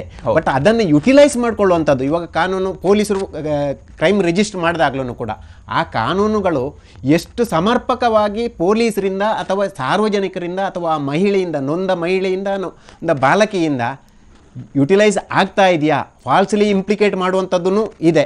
ಯಾವುದೋ ಒಂದು ವ್ಯಾಜ್ಯದ ಬಗ್ಗೆ ಇರ್ಬೋದು, ಸಿವಿಲ್ ಡಿಸ್ಪ್ಯೂಟ್ಗಳಿರ್ಬೋದು, ಅಥವಾ ಯಾವುದೋ ಕ್ರಿಮಿನಲ್ ಕೇಸ್ಗಳಿರ್ಬೋದು, ಅಥವಾ ಯಾವುದೋ ಒಂದು ಹಣ ಬರಬೇಕಾಗಿತ್ತು, ಅಂಥ ಕೇಸ್ಗಳಲ್ಲಿ ಏನು ಮಾಡಬೇಕು, ಅವನನ್ನು ಯಾವುದೋ ಒಂದು ಕಾರಣಕ್ಕೆ ನಾನು ಜೈಲಿಗೆ ಅಟ್ಟಬೇಕು ಅಂತಾದರೆ ಇಂತಹ ಫಾಲ್ಸ್ಲಿ ಇಂಪ್ಲಿಕೇಟ್ ಮಾಡುವಂಥದ್ದು. ಈ ಫಾಲ್ಸ್ಲಿ ಇಂಪ್ಲಿಕೇಟ್ ಇಂಥ ಕೇಸ್ಗಳಲ್ಲಿ ಮಾತ್ರ ಆಗೋದಿಲ್ಲ, ಯಾವುದರಲ್ಲಿ ಸ್ಪೆಷಲ್ ಆಗಿ ಇದೆಯಾ. ಇವಾಗ ಮೊದಲು 498A ಹೆಂಗಸರಿಗೆ ಮಹಿಳಾ ದೌರ್ಜನ್ಯಗಳು ಅಂದರೆ ಡೌರಿ ಹೆರಾಸ್ಮೆಂಟ್ಗಳಾದಾಗ ಕೇಸ್ ಹಾಕಿದ ಕೂಡಲೇ ಪೊಲೀಸರು ಅರೆಸ್ಟ್ ಮಾಡ್ತಾಯಿದ್ರು. ಇವಾಗ ಸುಪ್ರೀಂ ಕೋರ್ಟ್ ಜಡ್ಜ್ಮೆಂಟ್ ಏನಿದೆ ಅಂತ ಹೇಳಿದರೆ, ನೀವು ಪೊಲೀಸರು ಕೂಡ ಅಲ್ಲಿ ಸರಿಯಾದ ಸಮರ್ಪಕವಾಗಿ ವಿಚಾರಣೆ ಮಾಡಿ ಅವಶ್ಯಕತೆ ಇದ್ದರೆ ಮಾತ್ರ ನೀವು ಅರೆಸ್ಟ್ ಮಾಡಿ. ಹೌದು, ಪರ್ಮಿಷನ್ಗಳು ಬೇಕು. ಆ ರೀತಿ ಇದರಲ್ಲೂ ಆದಾಗ ಆ ಫಾಲ್ಸ್ಲಿ ಇಂಪ್ಲಿಕೇಟ್ ಮಾಡುವಂಥದ್ದು ಹೋಗುತ್ತೆ. ಇವಾಗ ಈ ಪೋಕ್ಸೋದಲ್ಲೂ ಕೂಡ ಏನಿದೆ ಅಂತ ಹೇಳಿದರೆ, ಫಾಲ್ಸ್ಲಿ ಯಾರನ್ನಾದರೂ ಇಂಪ್ಲಿಕೇಟ್ ಮಾಡಿದ್ದೀರಿ ಅಂತ ಹೇಳಿದರೆ ಅಲ್ಲೂ ಕೂಡ ಸೆಕ್ಷನ್ 1279 ಇದೆ, 79. ಅಂತಹ ಸುಳ್ಳು ಫಿರ್ಯಾದಿದಾರರಿಗೆ ಅವರಿಗೆ ಶಿಕ್ಷೆಯನ್ನು ಕೊಡಿಸುವಂಥ ಪ್ರೊವಿಷನ್ ಕೂಡ ಇದೆ. ಅದನ್ನು ಸರಿಯಾಗಿ ಯುಟಿಲೈಸ್ ಮಾಡಿಕೊಂಡ್ರೆ, ಈ ರೀತಿ ಮಿಸ್ಯೂಸ್ ಮಾಡಿಕೊಂಡ್ರೆ ಏನಾಗುತ್ತೆ ಅಂತ ಹೇಳಿದರೆ ಅನ್ಯಾಯ ಆದವರಿಗೆ ನ್ಯಾಯ ಸಿಗ್ತಾ ಇಲ್ಲ. ಕಾನೂನಲ್ಲಿ ಏನು ಹೇಳ್ತಾರೆ ಅಂತ ಹೇಳಿದರೆ 99 ಜನ ಅಪರಾಧಿಗಳು ತಪ್ಪಿಸ್ಕೊಂಡು ಹೋದ್ರೂ ಪರವಾಗಿಲ್ಲ, ಒಬ್ಬ ನಿರಪರಾಧಿಗೆ ಶಿಕ್ಷೆ ಆಗಬಾರ್ದು, ಬೆನಿಫಿಟ್ ಆಫ್ ಡೌಟ್ ಅಲ್ಲಿ ಬರುತ್ತೆ. ಅಂಥ ಕಾರಣಗಳಿಂದಾಗಿ ಇವಾಗ ಪ್ರೆಸ್ಸುಗಳಲ್ಲಿ, ಟಿ ವಿಗಳಲ್ಲಿ, ನ್ಯೂಸ್ ಪೇಪರ್ಗಳಲ್ಲಿ ಬರ್ತಾ ಇದೆ, ಇಷ್ಟೆಷ್ಟು ಅಭಿಚಾರಗಳು ಆಗ್ತಾ ಇದ್ರೂ ಕೂಡ ಶಿಕ್ಷೆಯ ಪ್ರಮಾಣ ಕರ್ನಾಟಕದಲ್ಲಿ ಬಹಳ ಕಮ್ಮಿ ಆಗ್ತಾ ಇದೆ ಅಂತೇಳಿ. ಕಮ್ಮಿ ಆಗ್ತಾ ಇಲ್ಲ, ಅಲ್ಲಿ ಬಂದು ಆ ವಿಕ್ಟಿಮು ಕೋರ್ಟ್ ಮುಂದೆ ಬಂದು ಈ ರೀತಿ ಆಗಿದೆ ಅಂತ ಹೇಳಿ ಅಲ್ಲಿ ಕಂಪ್ಲೇಂಟ್ ಕೊಡ್ತಾರೆ. ಆಮೇಲೆ ಕಂಪ್ಲೇಂಟ್ ಕೊಟ್ಟು ಕೋರ್ಟಿಗೆ ಬರುವಾಗ ಯಾವುದೋ ರೀತಿಯಲ್ಲಿ ರಾಜಿ ಮಾಡ್ಕೊಳ್ತಾರೆ. ಅದಕ್ಕೆ ನಾನಾ ಕಾರಣಗಳಿರ್ಬೋದು, ಆರೋಪಿ ಕಡೆಯಿಂದಲೇ ಪ್ರೆಷರೈಸ್ ಇರ್ಬೋದು, ಬೇರೆ ಬೇರೆ ಹಣದ ಆಮಿಷ ಇರ್ಬೋದು. ಅಂಥ ಟೈಮಲ್ಲಿ ಏನಾಗುತ್ತೆ ಅಂತ ಹೇಳಿದರೆ ಕೋರ್ಟ್ಗಳಿಗೂ ಕೂಡ ಏನೂ ಮಾಡಲಿಕ್ಕೆ, ಶಿಕ್ಷೆ ಮಾಡಲಿಕ್ಕೆ ಅವಕಾಶನೇ ಇರುವುದಿಲ್ಲ, ತಳ್ತಾರೆ. ಹೌದು, ಇವಾಗ ಇಮ್ಮಿಡಿಯೇಟ್ ಆ ಕೋರ್ಟ್ ಜಡ್ಜ್ಮೆಂಟ್ ಆದರೆ ಬೇಗ ಕನ್ವಿಕ್ಷನ್ ಕೂಡ ಆಗುತ್ತೆ. ಗ್ಯಾಪ್ ಜಾಸ್ತಿ ಆಯಿತು ಅಂತ ಹೇಳಿದರೆ ಆ ವಿಟ್ನೆಸ್ಗಳನ್ನು ಥ್ರೆಟ್ ಮಾಡೋದಕ್ಕೆ ಅಥವಾ ಆ ಆರೋಪಿಗೆ ಜಾಮೀನು ಸಿಕ್ತು ಅಂತ ಹೇಳಿದರೆ ಡೈರೆಕ್ಟಾಗಿ ಹೋಗ್ತಾನೆ, ಈ ರೀತಿ ತಪ್ಪಾಯಿತು ಅಂತ ಹೇಳ್ತಾನೆ, ಇಲ್ಲಾಂದರೆ ಬೆದರಿಕೆ ಹಾಕ್ತಾನೆ. ಇನ್ನೂ ಒಂದೇನೆಂದರೆ ಆ ನೊಂದ ಹುಡುಗಿ ಯಾರೂ ಕೂಡ ನಾನು ಸೆಕ್ಷುವಲ್ ಇಂಟರ್ಕೋರ್ಸಿಗೆ ನೊಂದಿದ್ದೀನಿ ಅನ್ನೋ ವಿಚಾರವನ್ನು ಸಾರ್ವಜನಿಕವಾಗಿ ಹೇಳಲಿಕ್ಕೆ ಬರಲ್ಲ. ನೊಂದವರು ಸರಿಯಾಗಿ ಬರ್ತಾನೂ ಇಲ್ಲ, ಮಾನಕ್ಕೆ ಹೆದರಿ ಅಥವಾ ಅವರ ಮುಂದಿನ ಏಳಿಗೆಗೆ. ಯಾಕೆಂದರೆ ಮುಂದೆ ಮದುವೆ ಆಗಬೇಕು ಅಂತ ಹೇಳಿದರೆ ಇವಳು ಇಂಥ ಈ ಸೆಕ್ಷುವಲ್ ಅಫೆನ್ಸಲ್ಲಿ ಈ ರೀತಿ ವಿಕ್ಟಿಮ್ ಆಗಿದ್ಲು ಅಂತ ಹೇಳಿದರೆ ಅವಳ ಮುಂದಿನ ಭವಿಷ್ಯಕ್ಕೂ ತೊಂದರೆ ಆಗುತ್ತೆ ಅಂತೇಳಿ ಬರ್ತಾ ಇಲ್ಲ. ಆ ಕಾರಣಕ್ಕೋಸ್ಕರ ಕನ್ವಿಕ್ಷನ್ ರೇಟ್ಗಳು ಕಮ್ಮಿ ಆಗ್ತದೆ. ಬಿಟ್ಟರೆ ಕಾನೂನು ಸ್ಟ್ರಿಕ್ಟ್ ಆಗಿದೆ, ಕೋರ್ಟ್ಗಳೂ ಸ್ಟ್ರಿಕ್ಟ್ ಆಗಿದೆ, ಬೇಲ್ಗಳು ಅಷ್ಟು ಸುಲಭವಾಗಿ ಸಿಗ್ತಾ ಇಲ್ಲ. ಇವಾಗ 18 ವರ್ಷಕ್ಕಿಂತ ಕಮ್ಮಿ ಇದೆ ಅಂತ ಹೇಳಿದ್ರೆ ಬಹಳ ಕಷ್ಟನೇ ಆಗ್ತಾ ಇದೆ. ನಿಜ ಮಾತಾಡ್ತೀನಿ ನಿಮ್ಮ ಜೊತೆಗೆ. ಹಾಗೆ ಕಾನೂನು ಸ್ಟ್ರಿಕ್ಟ್ ಆಗಿದೆ, ಕಾನೂನು ಅತ್ಯಂತ ಕಠಿಣವಾಗಿರ್ತಕ್ಕಂಥ, ಪ್ರಪಂಚದ ಅತ್ಯಂತ ಕಠಿಣ ಕಾನೂನುಗಳು ಇರ್ತಕ್ಕಂಥದ್ರಲ್ಲಿ ಭಾರತವು ಕೂಡ ಪ್ರಮುಖ ಸ್ಥಾನವನ್ನು ಪಡ್ಕೊಳ್ಳುತ್ತೆ. ಯಾಕಂದರೆ ಭಾರತದಲ್ಲೂ ಕೂಡ ಅತ್ಯಂತ ಕಠಿಣ ಕಾನೂನನ್ನು ತರಲಾಗಿದೆ. ಹಾಗಿದ್ರೂ ಕೂಡ ಇಂತಹ ವರ್ತನೆ ಹಾಗಾದರೆ ಯಾಕೆ ಪದೇ ಪದೇ ಮರುಕಳಿಸ್ತಾ ಇರುವಂತಹದ್ದು, ಯಾವ ಕಾರಣಕ್ಕಾಗಿ ಇಂತಹ ವರ್ತನೆ ಎದುರಾಗ್ತಾ ಇದೆ, ಇದರ ಬಗ್ಗೆಯೂ ಕೂಡ ಚರ್ಚೆಯನ್ನು ಮುಂದುವರಿಸೋಣ. ಮತ್ತು ನಿಜಕ್ಕೂ ಇದು ಮನೆಯಲ್ಲಿ ಹೇಳಿಕೊಟ್ಟ ತಕ್ಷಣ ಅಥವಾ ಶಾಲೆಯಲ್ಲಿ ಹೇಳಿಕೊಟ್ಟ ತಕ್ಷಣ ಸಂಪೂರ್ಣವಾಗಿ ನಿಲ್ಲಿಸೋದಕ್ಕೆ ಇದನ್ನು ಸಾಧ್ಯ ಆಗತ್ತಾ ಅನ್ನೋದು ಕೂಡ ಪ್ರಮುಖ ಪ್ರಶ್ನೆ ಆಗಿರುವಂಥದ್ದು. ಇದ್ರ ಬಗ್ಗೆ ಕೂಡ ಚರ್ಚೆಯನ್ನು ಮುಂದುವರಿಸೋಣ ಚಿಕ್ಕ ಬ್ರೇಕ್ ನಂತರ.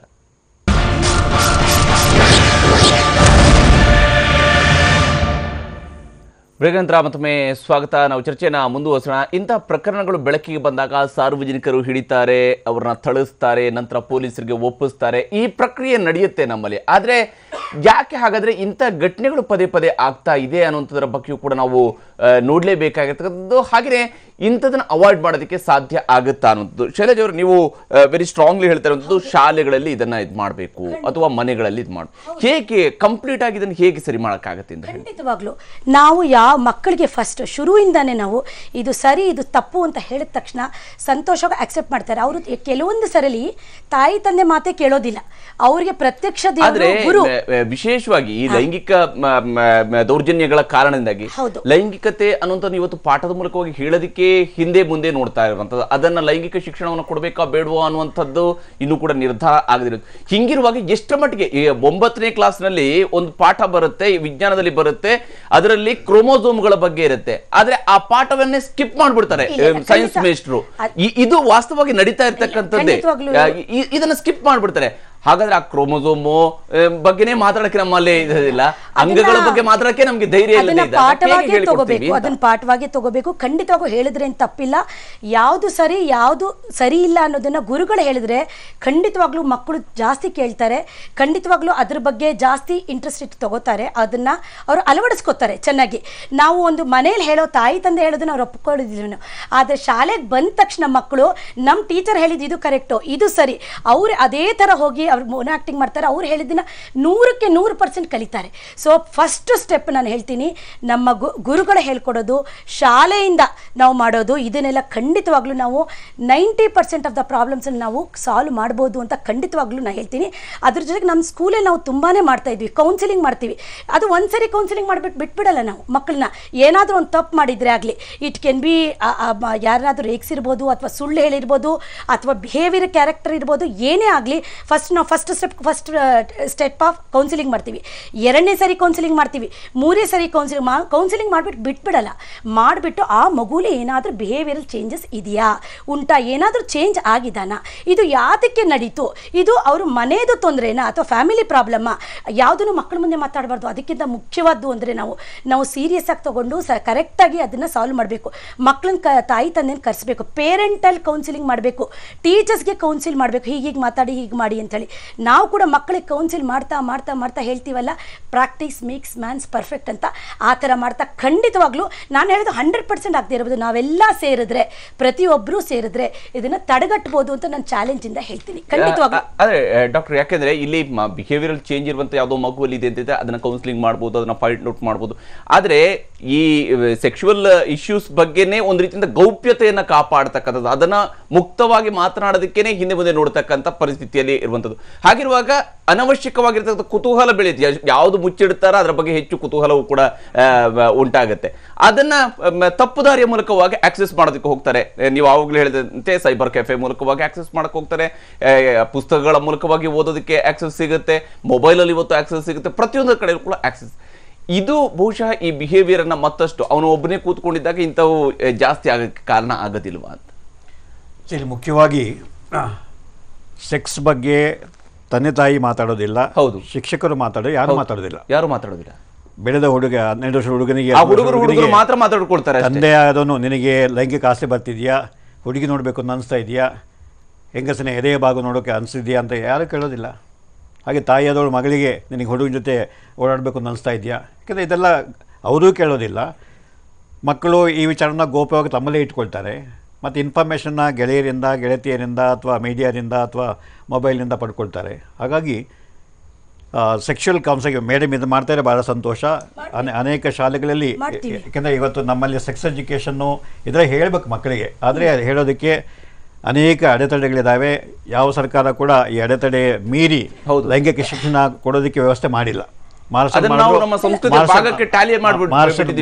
ಮಾಡಿದ್ರು, ಆದರೆ ಟೀಚರ್ಸ್, ಒಂದು ನಿಮಿಷ ಮೇಡಮ್, ಟೀಚರ್ಸು ಅದಕ್ಕೆ ಅಪೋಸ್ ಮಾಡೋರು, ಪೇರೆಂಟ್ಸು ಅಪೋಸ್ ಮಾಡೋರು. ಎಲ್ಲ ಕಡೆ ಸೆಕ್ಸ್ ಎಜುಕೇಷನ್ ಕೊಟ್ಬಿಟ್ರೆ ನಮ್ಮ ಮಕ್ಕಳು ಹಾಡಾಗ್ಬಿಡ್ತಾರಂತೆ. ಸೆಕ್ಸ್ ಎಜುಕೇಷನ್ ಅಂತಂದರೆ ಈ ಲೈಂಗಿಕ ಆಸೆಗಳು ಸಹಜವಾಗಿ ನಿಮ್ಮಲ್ಲಿ ಬರ್ತದೆ, 13-14 ಆಗ್ತದೆ ಬರ್ತದೆ. ಅದನ್ನ ಏನು ಮಾಡಬೇಕು, ಅದನ್ನು ಮುಂದಕ್ಕೆ ಹಾಕೋದು ಹೇಗೆ? ಹಾಗೆ ಡೈವರ್ಷನ್ಸು, ಇನ್ನು ಈ ಮಕ್ಕಳಿಗೆ ತಮ್ಮ ಆಸಕ್ತಿಯನ್ನು ಬೇರೆ ಹಾಬೀಸು, ಸಂಗೀತ ಆಗ್ಬೋದು, ಸಾಹಿತ್ಯ ಆಗ್ಬೋದು, ಅಭಿನಯ ಆಗ್ಬೋದು, ಬೇರೆ ಪ್ರವಾಸ ಆಗ್ಬೋದು, ಸ್ಪೋರ್ಟ್ಸ್ ಆಗ್ಬೋದು, ಈ ರೀತಿ ಒಂದು ಅಕಾಡೆಮಿಕ್ ಇವತ್ತೆಲ್ಲ ತಂದೆ ತಾಯಿಗಳು ಅಕಾಡೆಮಿಕ್ ಅಂದರೆ ಮುಳುಗೋಗಿದ್ದಾರೆ. ನಮಗೆ 90 ತೆಗಿಬೇಕು, 100 ತೆಗಿಬೇಕು, 90 ತೆಗಿಬೇಕು, 100 ತೆಗಿಬೇಕು, ಎಲ್ಲ ಇಂಜಿನಿಯರ್ಸ್ ಆಗಬೇಕು, ಡಾಕ್ಟರ್ಸ್ ಆಗಬೇಕು, IAS ಆಫೀಸರ್ ಆಗಬೇಕು, ಇನ್ನೇನೋ ಆಗಬಾರ್ದವರು. ಹಾಗಾಗಿ ತಂದೆ ತಾಯಿಗಳು ಬೆಳೆಯುವ ಮಕ್ಕಳ ಬರೀ ಅಕಾಡೆಮಿಕ್ಸ್ ಬಗ್ಗೆ ಅವರು ತಲೆ ಕೆಡಿಸ್ಕೊಳ್ತಾರೆ. ಹಾಗೆ ಟೀಚರ್ಸ್ ಕೂಡ ಪ್ರತಿಯೊಂದು ಶಾಲೆ, ನಮ್ಮ ಶಾಲೆಯಲ್ಲಿ 90% ರಿಸಲ್ಟ್ ಬರ್ತಿದೆಯಾ, 100% ರಿಸಲ್ಟ್ ಬರ್ತಿದೆಯಾ, ಎಷ್ಟು ಹೈ ಕ್ಲಾಸ್ ರಿಸಲ್ಟ್ ಬರ್ತದೆ, ಅದ್ರ ಬಗ್ಗೆ ಯಾವುದು ವರಿ ಮಾಡ್ಕೊಳ್ತಾರೆ. ಹಾಗಾಗಿ ಮಕ್ಕಳಿಗೆ ಜೀವನ ಪಾಠ ಹೇಳ್ಕೊಡೋರು ಯಾರೂ ಇಲ್ಲ ಇವತ್ತು. ಈ ಜೀವನ ಪಾಠ ಏನು ಮಾಡ್ತಾರೆ, ಈ ರೀತಿ ಅಡ್ಡದಾರಿಯಲ್ಲಿ ಅವರು ಕಂಡುಹಿಡ್ಕೊಳ್ತಾರೆ. ಹಾಗಾಗಿ ನಾನು ಹೇಳಿದಾಗೆ ಈ ಹದಿವಯಸ್ಸು ಅಂತಕ್ಕಂಥದ್ದು ಟೀನೇಜು, 13ರಿಂದ 19 ಟೀನೇಜು, ಅದು ಮುಖ್ಯವಾಗಿ ಲೈಂಗಿಕ ವಿಕಸನ ಆಗುತ್ತೆ, ಲೈಂಗಿಕ ಆಸಕ್ತಿ ಬೆಳೆಯುತ್ತೆ. ಅದನ್ನು ಚಾನಲೈಸ್ ಮಾಡೋದು ಹೇಗೆ ಅಂತ ಮಕ್ಕಳಿಗೆ ನಾವು ತಂದೆ ತಾಯಿ ಆಗಲಿ, ಗಂಡು ಮಗು ಆಯಿತು ಅಂದರೆ ತಂದೆ ಕೂತು ಹೇಳಬೇಕಾಗತ್ತೆ, ತಾಯಿ ಆಯಿತು ಹೆಣ್ಣು ಮಗಳಿಗೆ ತಾಯಿ ಕೂಡ ಹೇಳಬೇಕಾಗತ್ತೆ. ಹಾಗೆ ಫ್ಯಾಮಿಲಿ ಡಾಕ್ಟರ್ಸ್ನ ಹೆಲ್ಪ್ ತೆಗೆದುಕೋಬೇಕಾಗತ್ತೆ. ಯಾಕೆಂದರೆ ಕೆಲವು ವಿಚಾರಗಳನ್ನು ತಂದೆ ತಾಯಿಗಳಿಗೆ ಗೊತ್ತಿರಲ್ಲ. ಇವಾಗ ಮ್ಯಾಸ್ಟರ್ಬೇಷನ್ ಸರಿನೋ ತಪ್ಪ, ಅನೇಕ ತಂದೆ ತಪ್ಪು ಅಂತ ಅನಿಸುತ್ತೆ. ಅದೇ ವಿಜ್ಞಾನ ಪ್ರಕಾರ, ವೈದ್ಯಕೀಯ ಪ್ರಕಾರ ಮ್ಯಾಸ್ಟರ್ಬೇಷನ್ ಇಸ್ ನಾರ್ಮಲ್ ಆ್ಯಕ್ಟಿವಿಟಿ, ಅದನ್ನೇನೂ ಹಾನಿ ಇಲ್ಲ. ಆದರೆ ಅದ್ರ ಬಗ್ಗೆ ಮಾತಾಡೋಕ್ಕೆ ತಂದೆ ತಾಯಿಗಳು ಬಹಳ ಸಂಕೋಚ ಪಟ್ಟುಕೊಳ್ತಾರೆ. ಹಾಗಾಗಿ ಫ್ಯಾಮಿಲಿ ಡಾಕ್ಟ್ರು ಯಾರಿರ್ತಾರೆ, ಅಥವಾ ಪ್ರತಿ ಶಾಲೆಗೆ ಒಬ್ಬ ವೈದ್ಯನ ಕರೆಸಬೇಕಾಗತ್ತೆ. ಹೆಣ್ಣು ಮಕ್ಕಳಿಗೆ ಒಂದು ಸತಿ ಪ್ರತ್ಯೇಕವಾಗಿ ಅವರಿಗೆ ಇನ್ಫಾರ್ಮೇಷನ್, ಅವರ ಅಂಗಾಂಗಗಳು ಹೇಗೆ ಬೆಳೆಯುತ್ತೆ, ಲೈಂಗಿಕ ಆಸೆ ಹೇಗೆ ಬರ್ತದೆ. ಹಾಗೆ ಹುಡುಗರಿಗೆ ಪುರುಷತನ ಅಂದರೆ ಏನು, ಯಾಕೆಂದರೆ ಟೀಸ್ ಮಾಡೋದೇ ಪುರುಷತನ ಅಂತ ಅನೇಕ ಹುಡುಗರು ಹೇಳ್ಕೊಳ್ತಾರೆ. ಹುಡುಗಿಯನ್ನ ಟೀಸ್ ಮಾಡೋದೇ ಪುರುಷತನದ ಲಕ್ಷಣ ಅಂತ. ಹಾಗೆ ರೇಪ್ ಮಾಡೋದೇ ನಾನು ನಿಜವಾದ ಪುರುಷ ಅಂತ ಹೇಳ್ಕೊಡೋದಕ್ಕೋಸ್ಕರ. ಹಾಗಾಗಿ ರೇಪಿಸ್ಟ್ಗಳಲ್ಲಿ 3 ಬಗೆ ಇದೆ. ರೇಪಿಸ್ಟ್ಗಳು, ಒಂದು ಸ್ತ್ರೀಯರ ಬಗ್ಗೆ ಕೋಪ, ದ್ವೇಷ. ಎರಡನೇದು ತಮ್ಮ ಪುರುಷತನವನ್ನು, ಸ್ತ್ರೀಯನ್ನು ರೇಪ್ ಮಾಡಿ ನಾನು ತೋರಿಸ್ತೀನಿ ಅಂತಕ್ಕಂಥದ್ದು. ಇನ್ನೊಂದು ವಿಕೃತ ಕಾಮ, ಅವ್ರ ಸ್ಮಾಲ್ ಕ್ಯಾಟಗರಿ ಅವ್ರದ್ದು, ಗೊತ್ತಾಯ್ತು. ಹಾಗಾಗಿ ಅನೇಕ ಗಂಡು ಮಕ್ಕಳಿಗೆ ಪುರುಷತನ ಅಂತಂದರೆ ಲೈಂಗಿಕವಾಗಿ ಯೋಚನೆ ಮಾಡ್ತಕ್ಕಂಥದ್ದು, ಲೈಂಗಿಕ ಜೋಕ್ಸ್ ಮಾಡ್ತಕ್ಕಂಥದ್ದು. ವಿಕೃತ ಕಾಮ ಅನ್ನುವಂಥದ್ದು ಹುಟ್ಟೋದಕ್ಕೆ ಏನ್ ಕಾರಣ ಆಗುತ್ತೆ? ಇವೆಲ್ಲವನ್ನು ಕೂಡ ನಾವು ವೆರಿ ಕಾಮನ್ ಆಗಿ ವಿಕೃತ ಕಾಮಿಗಳು ಅಂತ ಹೇಳ್ಬಿಡ್ತೀವಿ. ಆದ್ರೆ ಏನ್ ಕಾರಣ? ನಾನು ಹೇಳಿದಾಗ ಒಂದ್ಸರಿ ಆಯ್ತು ಅಂದ್ರೆ ವಿಕೃತ ಕಾಮ ಆಗಲ್ಲ. ಒಂದೇ ಸರಿ ಆಯ್ತು ಅಂತಂದ್ರೆ ಅದು ಆಲ್ಕೋಹಾಲ್ ಇಂದ ಆಗಿರ್ಬೋದು, ಅಥವಾ 5 ನಿಮಿಷದಿಂದ ಅವನು ಪ್ರಚೋದನೆ ಒಳಗಾಗಿದ್ದಾನೆ, ಒಂದು ಬ್ಲೂ ಫಿಲ್ಮ್ ನೋಡಿದ್ದಾನೆ, ಲೈಂಗಿಕವಾಗಿ ಎಕ್ಸೈಟ್ ಆಗಿದ್ದಾನೆ, ಈಚೆ ಬರ್ತಾನೆ, ಯಾರು ಸಿಕ್ಕಿದ್ರು ಅವ್ರಿಗೆ ಅವ್ರ ಜೊತೆ ಸಂಭೋಗ ಮಾಡೋಣ ಅನ್ಸ್ಬಿಡುತ್ತೆ ಅವನಿಗೆ. ವಿವೇಚನಕ್ಕೆ ಒಂದ್ಸರಿ ಆಯಿತು ಅಂತಂದರೆ ಅದು ವಿಕೃತ ಕಾಮ ಅಲ್ಲ. ಪದೇ ಪದೇ ಮಾಡಿ ಆ ಮುಖಾಂತರನೇ ಹುಡುಗಿಯನ್ನು ಟೀಸ್ ಮಾಡಿ ಅಥವಾ ರೇಪ್ ಮಾಡೇನೆ ಖುಷಿ ಪಡ್ತು ಅಂತ ಅದು ವಿಕೃತ ಕಾಮ ಆಗುತ್ತೆ. ವಿಕೃತ ಕಾಮ ಅವರು ಕೋರ್ ರೇಪಿಸ್ಟ್ ಅವರು.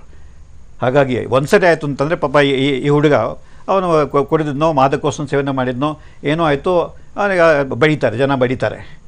ಬಡಿಯೋ ಉದ್ದೇಶ ಏನು? ಪೊಲೀಸರು ಬಿಟ್ಟರೆ ಅವರೆಲ್ಲ ಕಾನೂನು ಪ್ರಕಾರ 6 ತಿಂಗಳಾದ್ರೂ ಶಿಕ್ಷೆ ಆಗಲ್ಲ, ವರ್ಷಾದ್ರೂ ಶಿಕ್ಷೆ ಆಗಲ್ಲ, ಈಗಲೇ ಈ ಕ್ಷಣಕ್ಕೆ ಶಿಕ್ಷೆ ಕೊಟ್ಬೇಡ ಅಂತ. ಆ ಶಿಕ್ಷೆ ನೋಡಿ ಎಲ್ಲೋ ಒಬ್ಬಿಬ್ಬರು ಹೆದರ್ತಾರೆ ಅಷ್ಟೇ, ಬಾಕಿಯವರು ಹೆದರೋದೇ. ನಾನು ಹೇಳಿದಾಗೆ ಕಾಮದ ಆ ಥರ ಬಂದಾಗ ಈ ಥರ ಶಿಕ್ಷೆ ಕೊಡ್ತೀವಿ ಅಂತ ಎದುರಿಸ್ರು ಕೂಡ ಕೊಡಿ ಸರ್ ಪರವಾಗಿಲ್ಲ, ಫಸ್ಟ್ ಹೋಗಿ ನಾನು ಹುಡುಗಿನ ರೇಗಿಸ್ಬಿಡ್ತೀನಿ ಸರ್. ಈ ರೀತಿ ಮನುಷ್ಯನ ವಿವೇಚನೆ ಹಿಂದಕ್ಕೆ ಹೋಗುತ್ತೆ. ಯಾವಾಗ ಕಾಮ ಮನಸ್ಸನ್ನು ಆವರಿಸ್ಕೊಂಡ್ಬಿಡುತ್ತೋ ಅವನಿಗೇನು ಬೇಡ ಏನೂ ಬೇಕಾಗೋದಿಲ್ಲ. ಆ ದೃಷ್ಟಿಯಿಂದ ಇಲ್ಲಿ ಪ್ರಿವೆನ್ಷನ್ ಈಸ್ ಮೋರ್ ಇಂಪಾರ್ಟೆಂಟ್. ಆದ ಮೇಲೆ ಪೊಲೀಸರು ಬರ್ತಕ್ಕಂಥದ್ದು, ಅರೆಸ್ಟ್ ಮಾಡ್ತಕ್ಕಂಥದ್ದು, ಕೇಸ್ ಹಾಕ್ತಕ್ಕಂಥದ್ದು, ಅವನಿಗೆ ಶಿಕ್ಷೆ ಆಗುತ್ತಾ ಇಲ್ವಾ? ನಮ್ಮಲ್ಲಿ ನಮ್ಮ ಇಡೀ ಪ್ರೋಸೆಸ್ನಲ್ಲಿ ಅನೇಕ ಲೂಪ್ ಹೋಲ್ಸ್ಗಳಿದ್ದಾವೆ. ಕೊನೆಗೆ ಬೆನಿಫಿಟ್ ಆಫ್ ಡೌಟ್ ಬಿಟ್ಬಿಡ್ತಾರೆ. ಹಾಗಾಗಿ ಪ್ರಿವೆನ್ಷನ್ ಬಗ್ಗೆ ಇಡೀ ಸಮಾಜ ಇವತ್ತು ಕೆಲಸ ಮಾಡಬೇಕಾಗಿದೆ. ತಂದೆ ತಾಯಿಗಳಿಂದ ಶುರು ಮಾಡಿ, ಶಿಕ್ಷಕರಿಂದ ಶುರು ಮಾಡಿ, ಲಾಯರ್ಗಳಿಂದ ಶುರು ಮಾಡಿ, ಎಲ್ಲ ಪ್ರತಿಯೊಬ್ಬರು ಕೂಡ. ಇಲ್ಲ ಅಂತಂದರೆ ಇವನ್ ಮಿನಿಸ್ಟ್ರಿಗಳ ಮಟ್ಟದಲ್ಲೂ ನಾವು ಈ ರೀತಿಯ ಅನೈತಿಕ ಚಟುವಟಿಕೆ, ಇಲ್ಲ ಅಂತಂದರೆ ಬಹಿರಂಗವಾಗಿ ಅನೈತಿಕ ನಡ್ಕೊಳ್ತಕ್ಕಂಥ ನಾವು ಎಲ್ಲ ವಯಸ್ಸನ್ನು ನೋಡಿದ್ದೇವೆ, ಎಲ್ಲ ಲೆವೆಲಲ್ಲೂ ನೋಡಿದ್ದೇವೆ. ಬರೀ ಕಾರ್ಮಿಕರಷ್ಟೇ ಅಲ್ಲ, ಅಥವಾ ಬೀದಿಲಿ ಹೋಗೋ ಜನ ಮಾತ್ರ ಅಲ್ಲ, ವಿದ್ಯಾರ್ಥಿಗಳಷ್ಟೇ ಅಲ್ಲ, ಅಧಿಕಾರದಲ್ಲಿರ್ತಕ್ಕಂಥವ್ರು, ಹೈ ಪೊಸಿಷನ್ ಇರ್ತಕ್ಕಂಥವ್ರು, ರೆಪ್ಯೂಟೆಡ್ ಅಥವಾ ಜೀನಿಯಸ್ಗಳು, ಪ್ರತಿಭಾವಂತರು, ಅವರು ಕ್ಷೇತ್ರದಲ್ಲಿ ಪ್ರತಿಭಾವಂತರಾಗಿರ್ತಾರೋ ಕೂಡ ಲೈಂಗಿಕವಾಗಿ ದುರ್ವರ್ತನೆ ಮಾಡೋದು ನೋಡಿದ್ದೇವೆ. ಇವತ್ತು ಇಂಡಿಯಾದಲ್ಲಿ 52% ಜನ ಪುರುಷರು ವಿವಾಹೇತರ ಸಂಬಂಧ ಮಾಡ್ತಾರೆ, ವಿವಾಹ ಪೂರ್ವ ಅಥವಾ ವಿವಾಹ ನಂತರ 52% ಜನ. ಕ್ವೆಶನ್ನಿನಲ್ಲೇ ಒಪ್ಕೊಳ್ಳೋದು, ಇನ್ನು ಒಪ್ಕೊಳ್ದಿರೋ ದೇಶನ ಗೊತ್ತಿಲ್ಲ.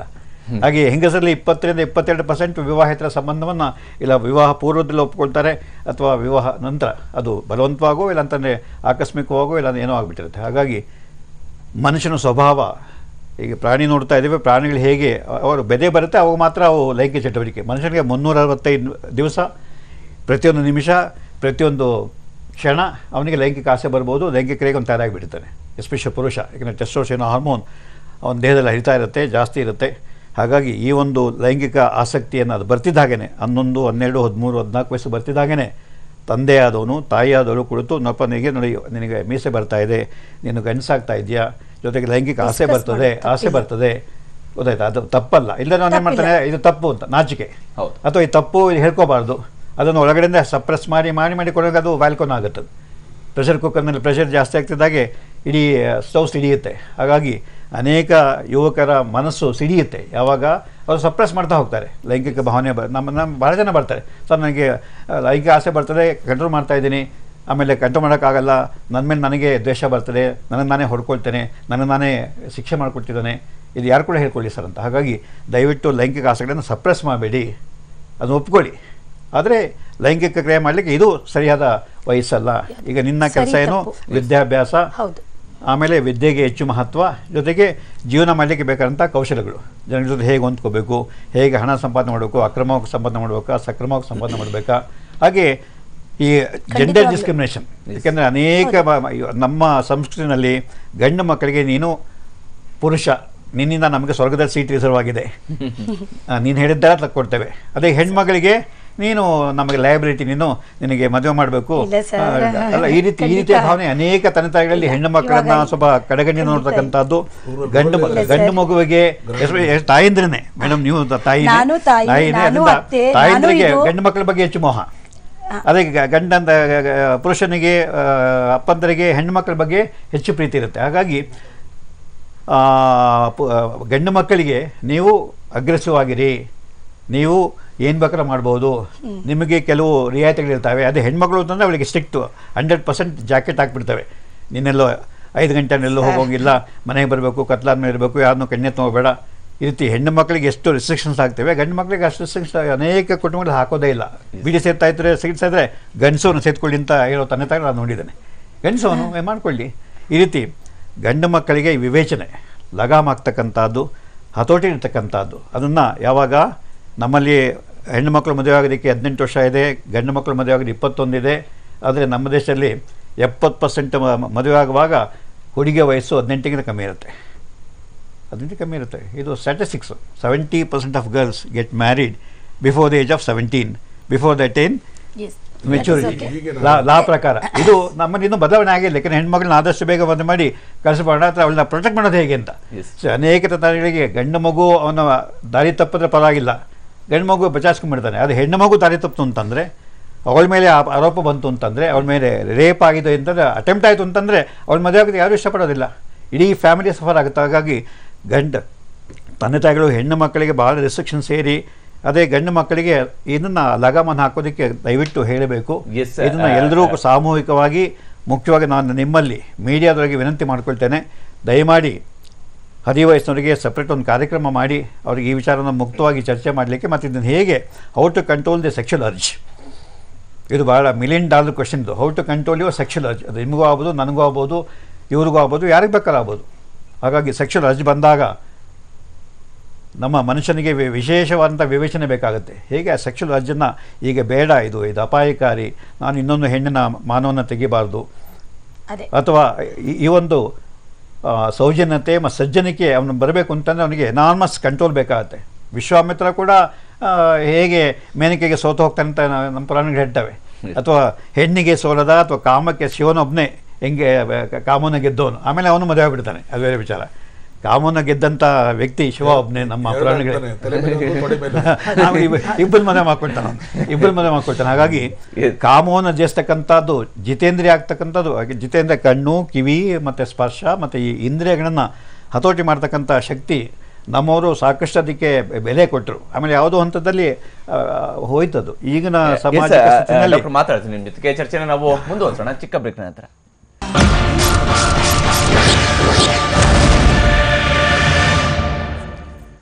ವಿವೇಕಾನಂತರ ಮತ್ತೊಮ್ಮೆ ಸ್ವಾಗತ. ನಾವು ಚರ್ಚೆಯನ್ನು ಮುಂದುವರಿಸೋಣ. ಬಸವರಾಜ್ ಮಾಲಗತ್ತಿ ಅವರು, ಯಾಕಂದರೆ ಇಲ್ಲಿ ಇಂತಹ ಪ್ರಕರಣಗಳು ದಾಖಲಾದಾಗ ಪೊಲೀಸರು ಮತ್ತೆ ಆ್ಯಕ್ಷನ್ ಆ್ಯಂಡ್ ಕಾನೂನಿನ ಪ್ರೊಸೀಜರ್ ಪ್ರಕಾರ ಮುಂದುವರಿತೆ. ಇಲ್ಲಿ ಸಂಸ್ಕೃತಿಯ ವಿಚಾರ ಬರುತ್ತೆ, ಬಾಲ್ಯದಲ್ಲಿ ಇದನ್ನು ಹೇಳಿಕೊಡ್ಬೇಕು ಅಂತೇಳಿ ಬರುತ್ತೆ. ಇದು ಯಾವುದು ಕೂಡ ಪೊಲೀಸರ ಮುಂದೆ ಇವು ಯಾವುದು ಕೂಡ ಬರಲ್ಲ. ಅರೆ ಎಷ್ಟು ಮಟ್ಟಿಗೆ ಇದು ಬಾಲ್ಯದಲ್ಲಿ ಹೇಳಿಕೊಡ್ತಾರೆ ಅಂತೇಳಿ ನಿಮ್ಗೆ ಅನಿಸುತ್ತೆ?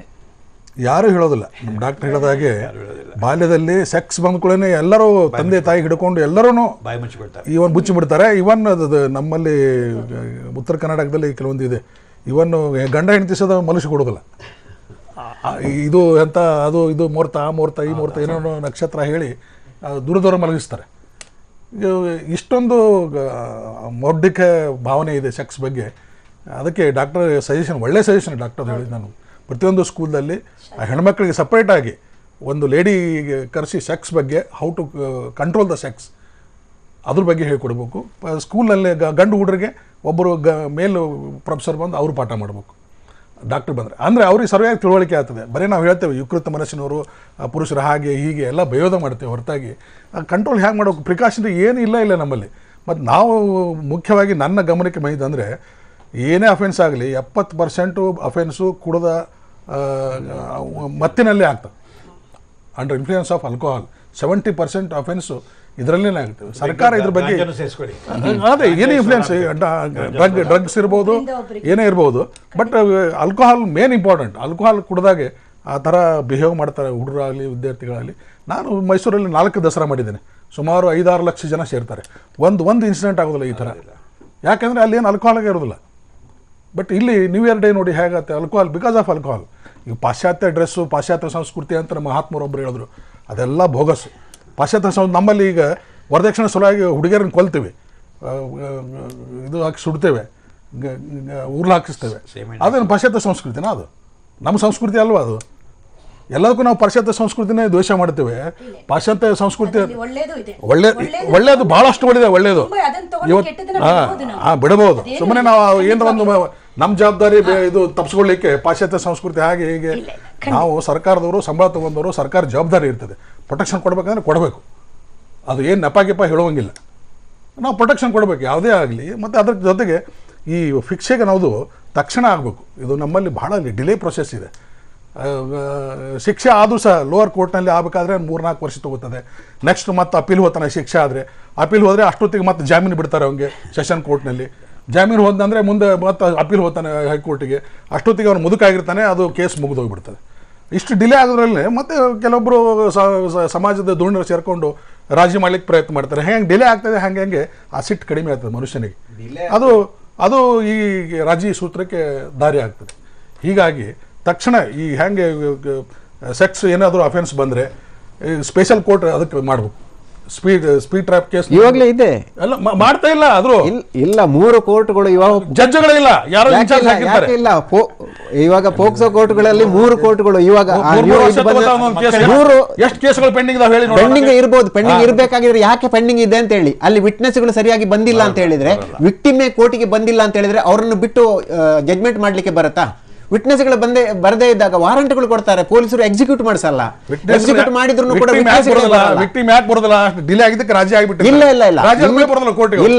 ಇಲ್ಲ. ಅದಕ್ಕೋಸ್ಕರನೇ ಇವಾಗ ಅವರು ಯಾಕೆಂದ್ರೆ ಅಲ್ಲಿ ಕೋರ್ಟಿಗೆ ಬಂದ್ರೆ ನನ್ನ ಮಾನ ಹೋಗುತ್ತೆ, ಅದಕ್ಕೋಸ್ಕರನೇ ಬರ್ತಾ ಇಲ್ಲ. ಖಂಡಿತವಾಗಿ ಹೌದು, ಇನ್ ಕ್ಯಾಮೆರಾ ಪ್ರೊಸೀಡಿಂಗ್ಸ್ ಆಗ್ಬೇಕಾಗಿದ್ರು ಕೂಡ ಆ ಕೋರ್ಟ್ಗಳು ಅಲ್ಲೇ ಪಕ್ಕದಲ್ಲಿ ಇದ್ದಾಗ ಯಾರಾದ್ರೂ ಒಬ್ಳು ಹುಡುಗಿ ಬಂದ್ರೆ ಬೇರೆ ಯಾವುದೋ ಇನ್ಚಾರ್ಜ್ ಕೋರ್ಟಿಂದ ಇನ್ನೊಬ್ಬ ಇದ್ರೂ ಕೂಡ ರೇಪ್ ಕೋರ್ಟು, ಆ ಕೋರ್ಟ್ಗೆ ನಾನು ಹೋದ್ರೆ ಅದೇ ವಿಕ್ಟಿಮ್ ಅಂತ ತಿಳ್ಕೊಳ್ತಾರೆ ಅಂತ ಹೇಳ್ಬಿಟ್ಟು ಆ ವಿಟ್ನೆಸ್ ಬಾಕ್ಸ್ಗೆ ಬರೋದಕ್ಕೆ ಎದುರ್ಕೊಳ್ತಾ ಇದ್ದಾರೆ. ಅದಕ್ಕೋಸ್ಕರ ವಿಟ್ನೆಸ್ಗಳು ಬರದೆ ಕೋರ್ಟಿಂದ ಅಥವಾ ವಕೀಲರಿಂದ ನಾನಾ ಕಾರಣಗಳಿಂದ ಡಿಲೇ ಹೌದೌದು ಏನು ಮಾಡೋಕ್ಕಾಗಲ್ಲ ಅಂತ ಟೈಮ್ಗಳಲ್ಲಿ. ನಿಜವಾಗಿ ಇವಾಗ ವಿಕ್ಟಿಮ್ ಬಂದ್ರೆ ಅದರಲ್ಲಿ ಐಒನೇ ಯಾರೋ ಇನ್ವೆಸ್ಟಿಗೇಷನ್ ಮಾಡಿರ್ತಾರೆ ಪೊಲೀಸರು, ಅವರು ಕ್ರೈಮ್ ರಿಜಿಸ್ಟರ್ ಮಾಡಿದಾಗ ಈ ಸ್ಟೇಷನಲ್ಲಿ ಇರ್ತಾರೆ, ಇನ್ನೊಂದು ಆ ಟ್ರಯಲ್ಗೆ ಬಂದಾಗ ಇನ್ನೊಂದು ಸ್ಟೇಷನ್ಗೆ ಎಲ್ಲೋ ಒಂದು ತಾಲೂಕಿಗೆ ಹೋಗಿರ್ತಾರೆ, ಡಿಸ್ಟ್ರಿಕ್ಟಿಗೆ ಹೋಗಿರ್ತಾರೆ. ಅವರು ಬರೋದಿಲ್ಲ. ಬರದೇ ಇದ್ದಾಗ ಕೋರ್ಟ್ಗಳು ಏನು ಮಾಡುತ್ತೆ, ಅಪರ್ಚುನಿಟಿ ಕೊಡಲೇಬೇಕಾಗತ್ತೆ ಪ್ರಾಸಿಕ್ಯೂಷನ್ಗೆ. ಇಲ್ಲಾಂದ್ರೆ ವಿಟ್ನೆಸ್ಗಳು ಬಂದಿಲ್ಲ, ನಮ್ಮ ಪೊಲೀಸರೇ ಬಂದಿಲ್ಲ ಅಂತ ಹೇಳ್ಬಿಟ್ಟು ಅದೇ ಗ್ರೌಂಡಲ್ಲಿ ಎಕ್ವಿಟಲ್ ಮಾಡ್ಲಿಕ್ಕೂ ಆಗಲ್ಲ. ಅವರಿಗೆ ಸಫಿಷಿಯಂಟ್ ಅಪರ್ಚುನಿಟಿ ಕೊಡಬೇಕು.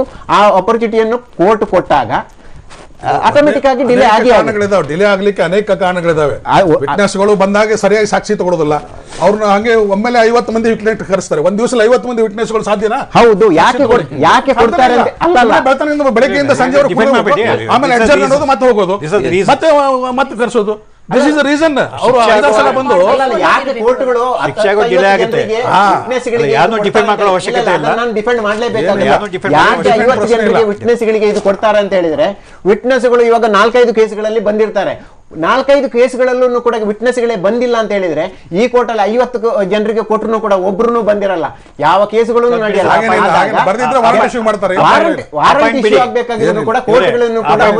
ಅದು ಬಿಡಿ, ಅದು ಸುಮ್ಮನೆ ಅನಾವಶ್ಯಕವಾಗಿ ಡಿಸ್ಕಷನ್.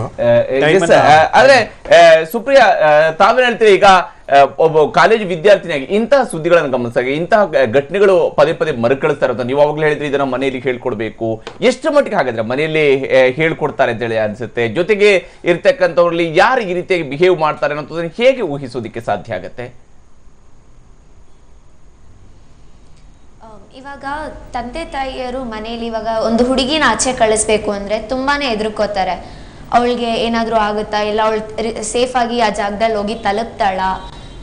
ಈಗ ನಾವು ಒಂದು ಎಕ್ಸಾಂಪಲ್, ನಾನು ಒಂದು ಕಾಲೇಜ್ ಹುಡುಗಿಯಾಗಿ ಒಂದು ಎಕ್ಸಾಂಪಲ್ ಕೊಡೋಕೆ ಇಷ್ಟಪಡ್ತೀನಿ. ನಮ್ಮನ್ನ ಕಾಲೇಜಿಗೆ ಕಳಿಸ್ತಾರೆ. ಬೆಳಗ್ಗೆ ಕಾಲೇಜಿಗೆ ಕಳಿಸಿದಾಗ ನಾವು ಕರೆಕ್ಟಾಗಿ ಕಾಲೇಜ್ ಕ್ಲಾಸ್ ಎಲ್ಲ ಮುಗಿಸಿ ಸಂಜೆ ಹೋಗೋಷ್ಟರಲ್ಲಿ ಸಂಜೆ ಈಗ 4:15 ಕ್ಲಾಸ್ ಬಿಡುತ್ತೆ ಅಂತ ಅವ್ರಿಗೆ ಗೊತ್ತಿರುತ್ತೆ. ಹೇಳಿರ್ತೀವಿ ಎಷ್ಟೊತ್ತಿಗೆ ಬರ್ತೀರಾ ಅಂತ ಮುಂಚೆನೆ ಕೇಳ್ಕೊಂಡ್ಬಿಟ್ಟಿರ್ತಾರೆ.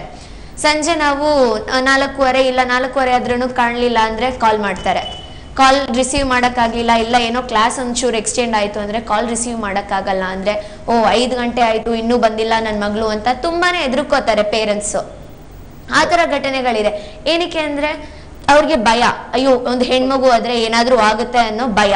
ಆದರೆ ಒಂದು ಹುಡುಗನ್ನ ಮತ್ತೆ ಹುಡುಗಿನ ಆಚೆ ಕಳ್ಸಕ್ಕೆ ಎಷ್ಟು ಎದುರ್ಕೋತಾರೆ.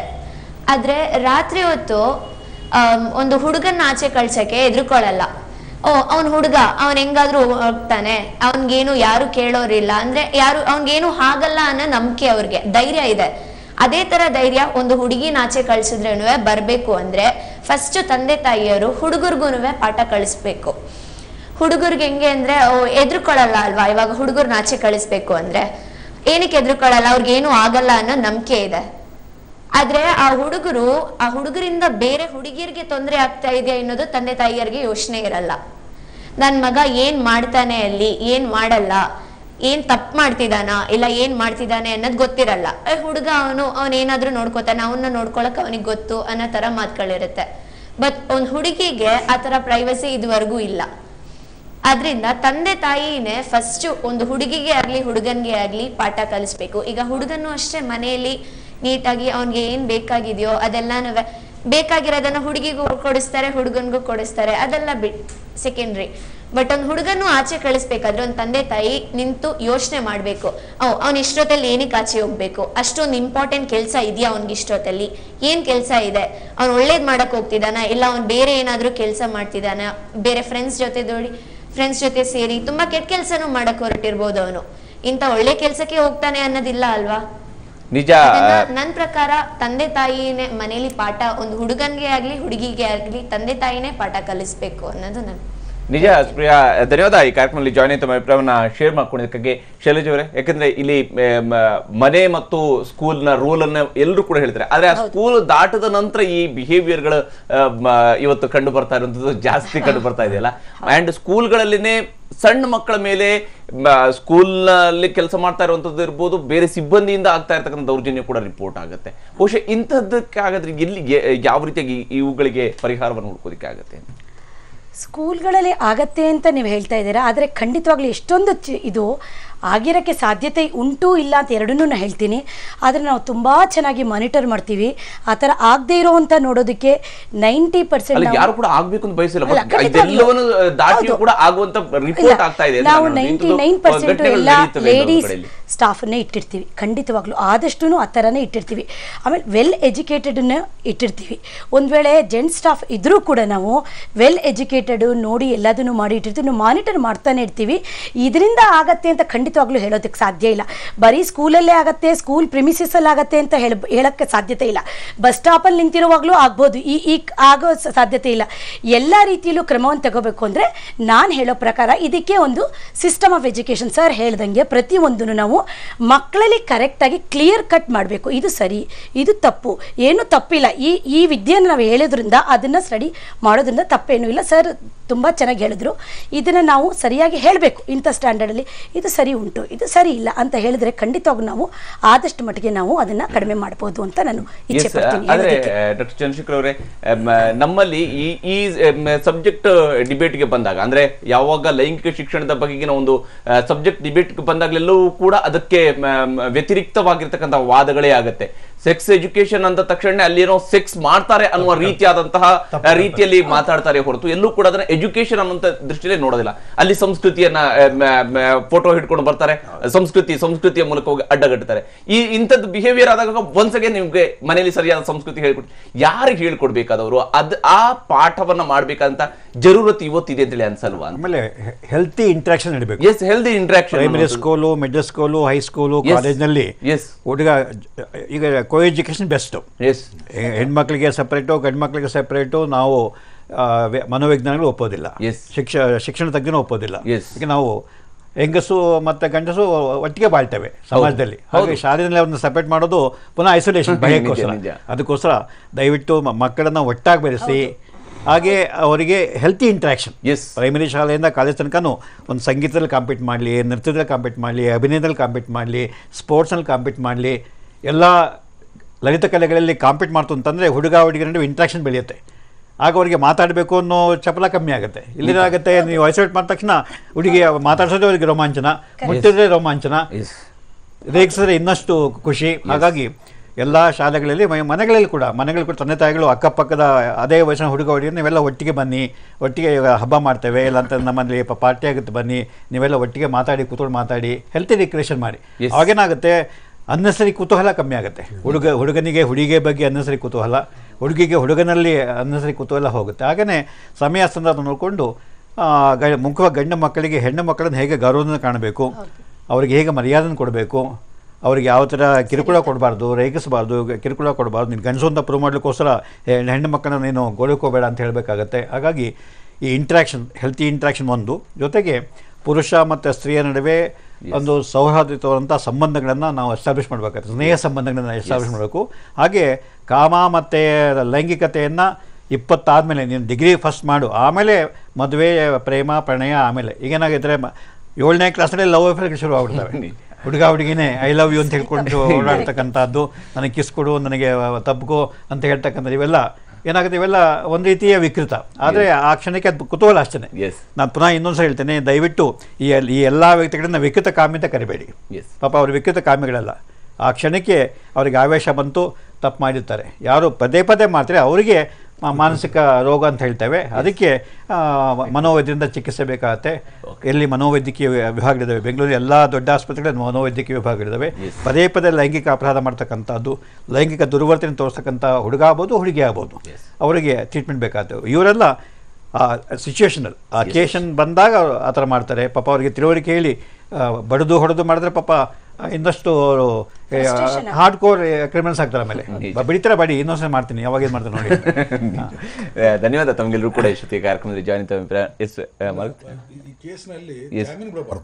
ನನ್ನ ವಿಚಾರದಲ್ಲಿ ಜಾಮೀನು ಬಿಡಬಾರ್ದು ಮತ್ತು ಕಠಿಣವಾದ ಶಿಕ್ಷೆಯನ್ನು ಕೊಡಬೇಕು.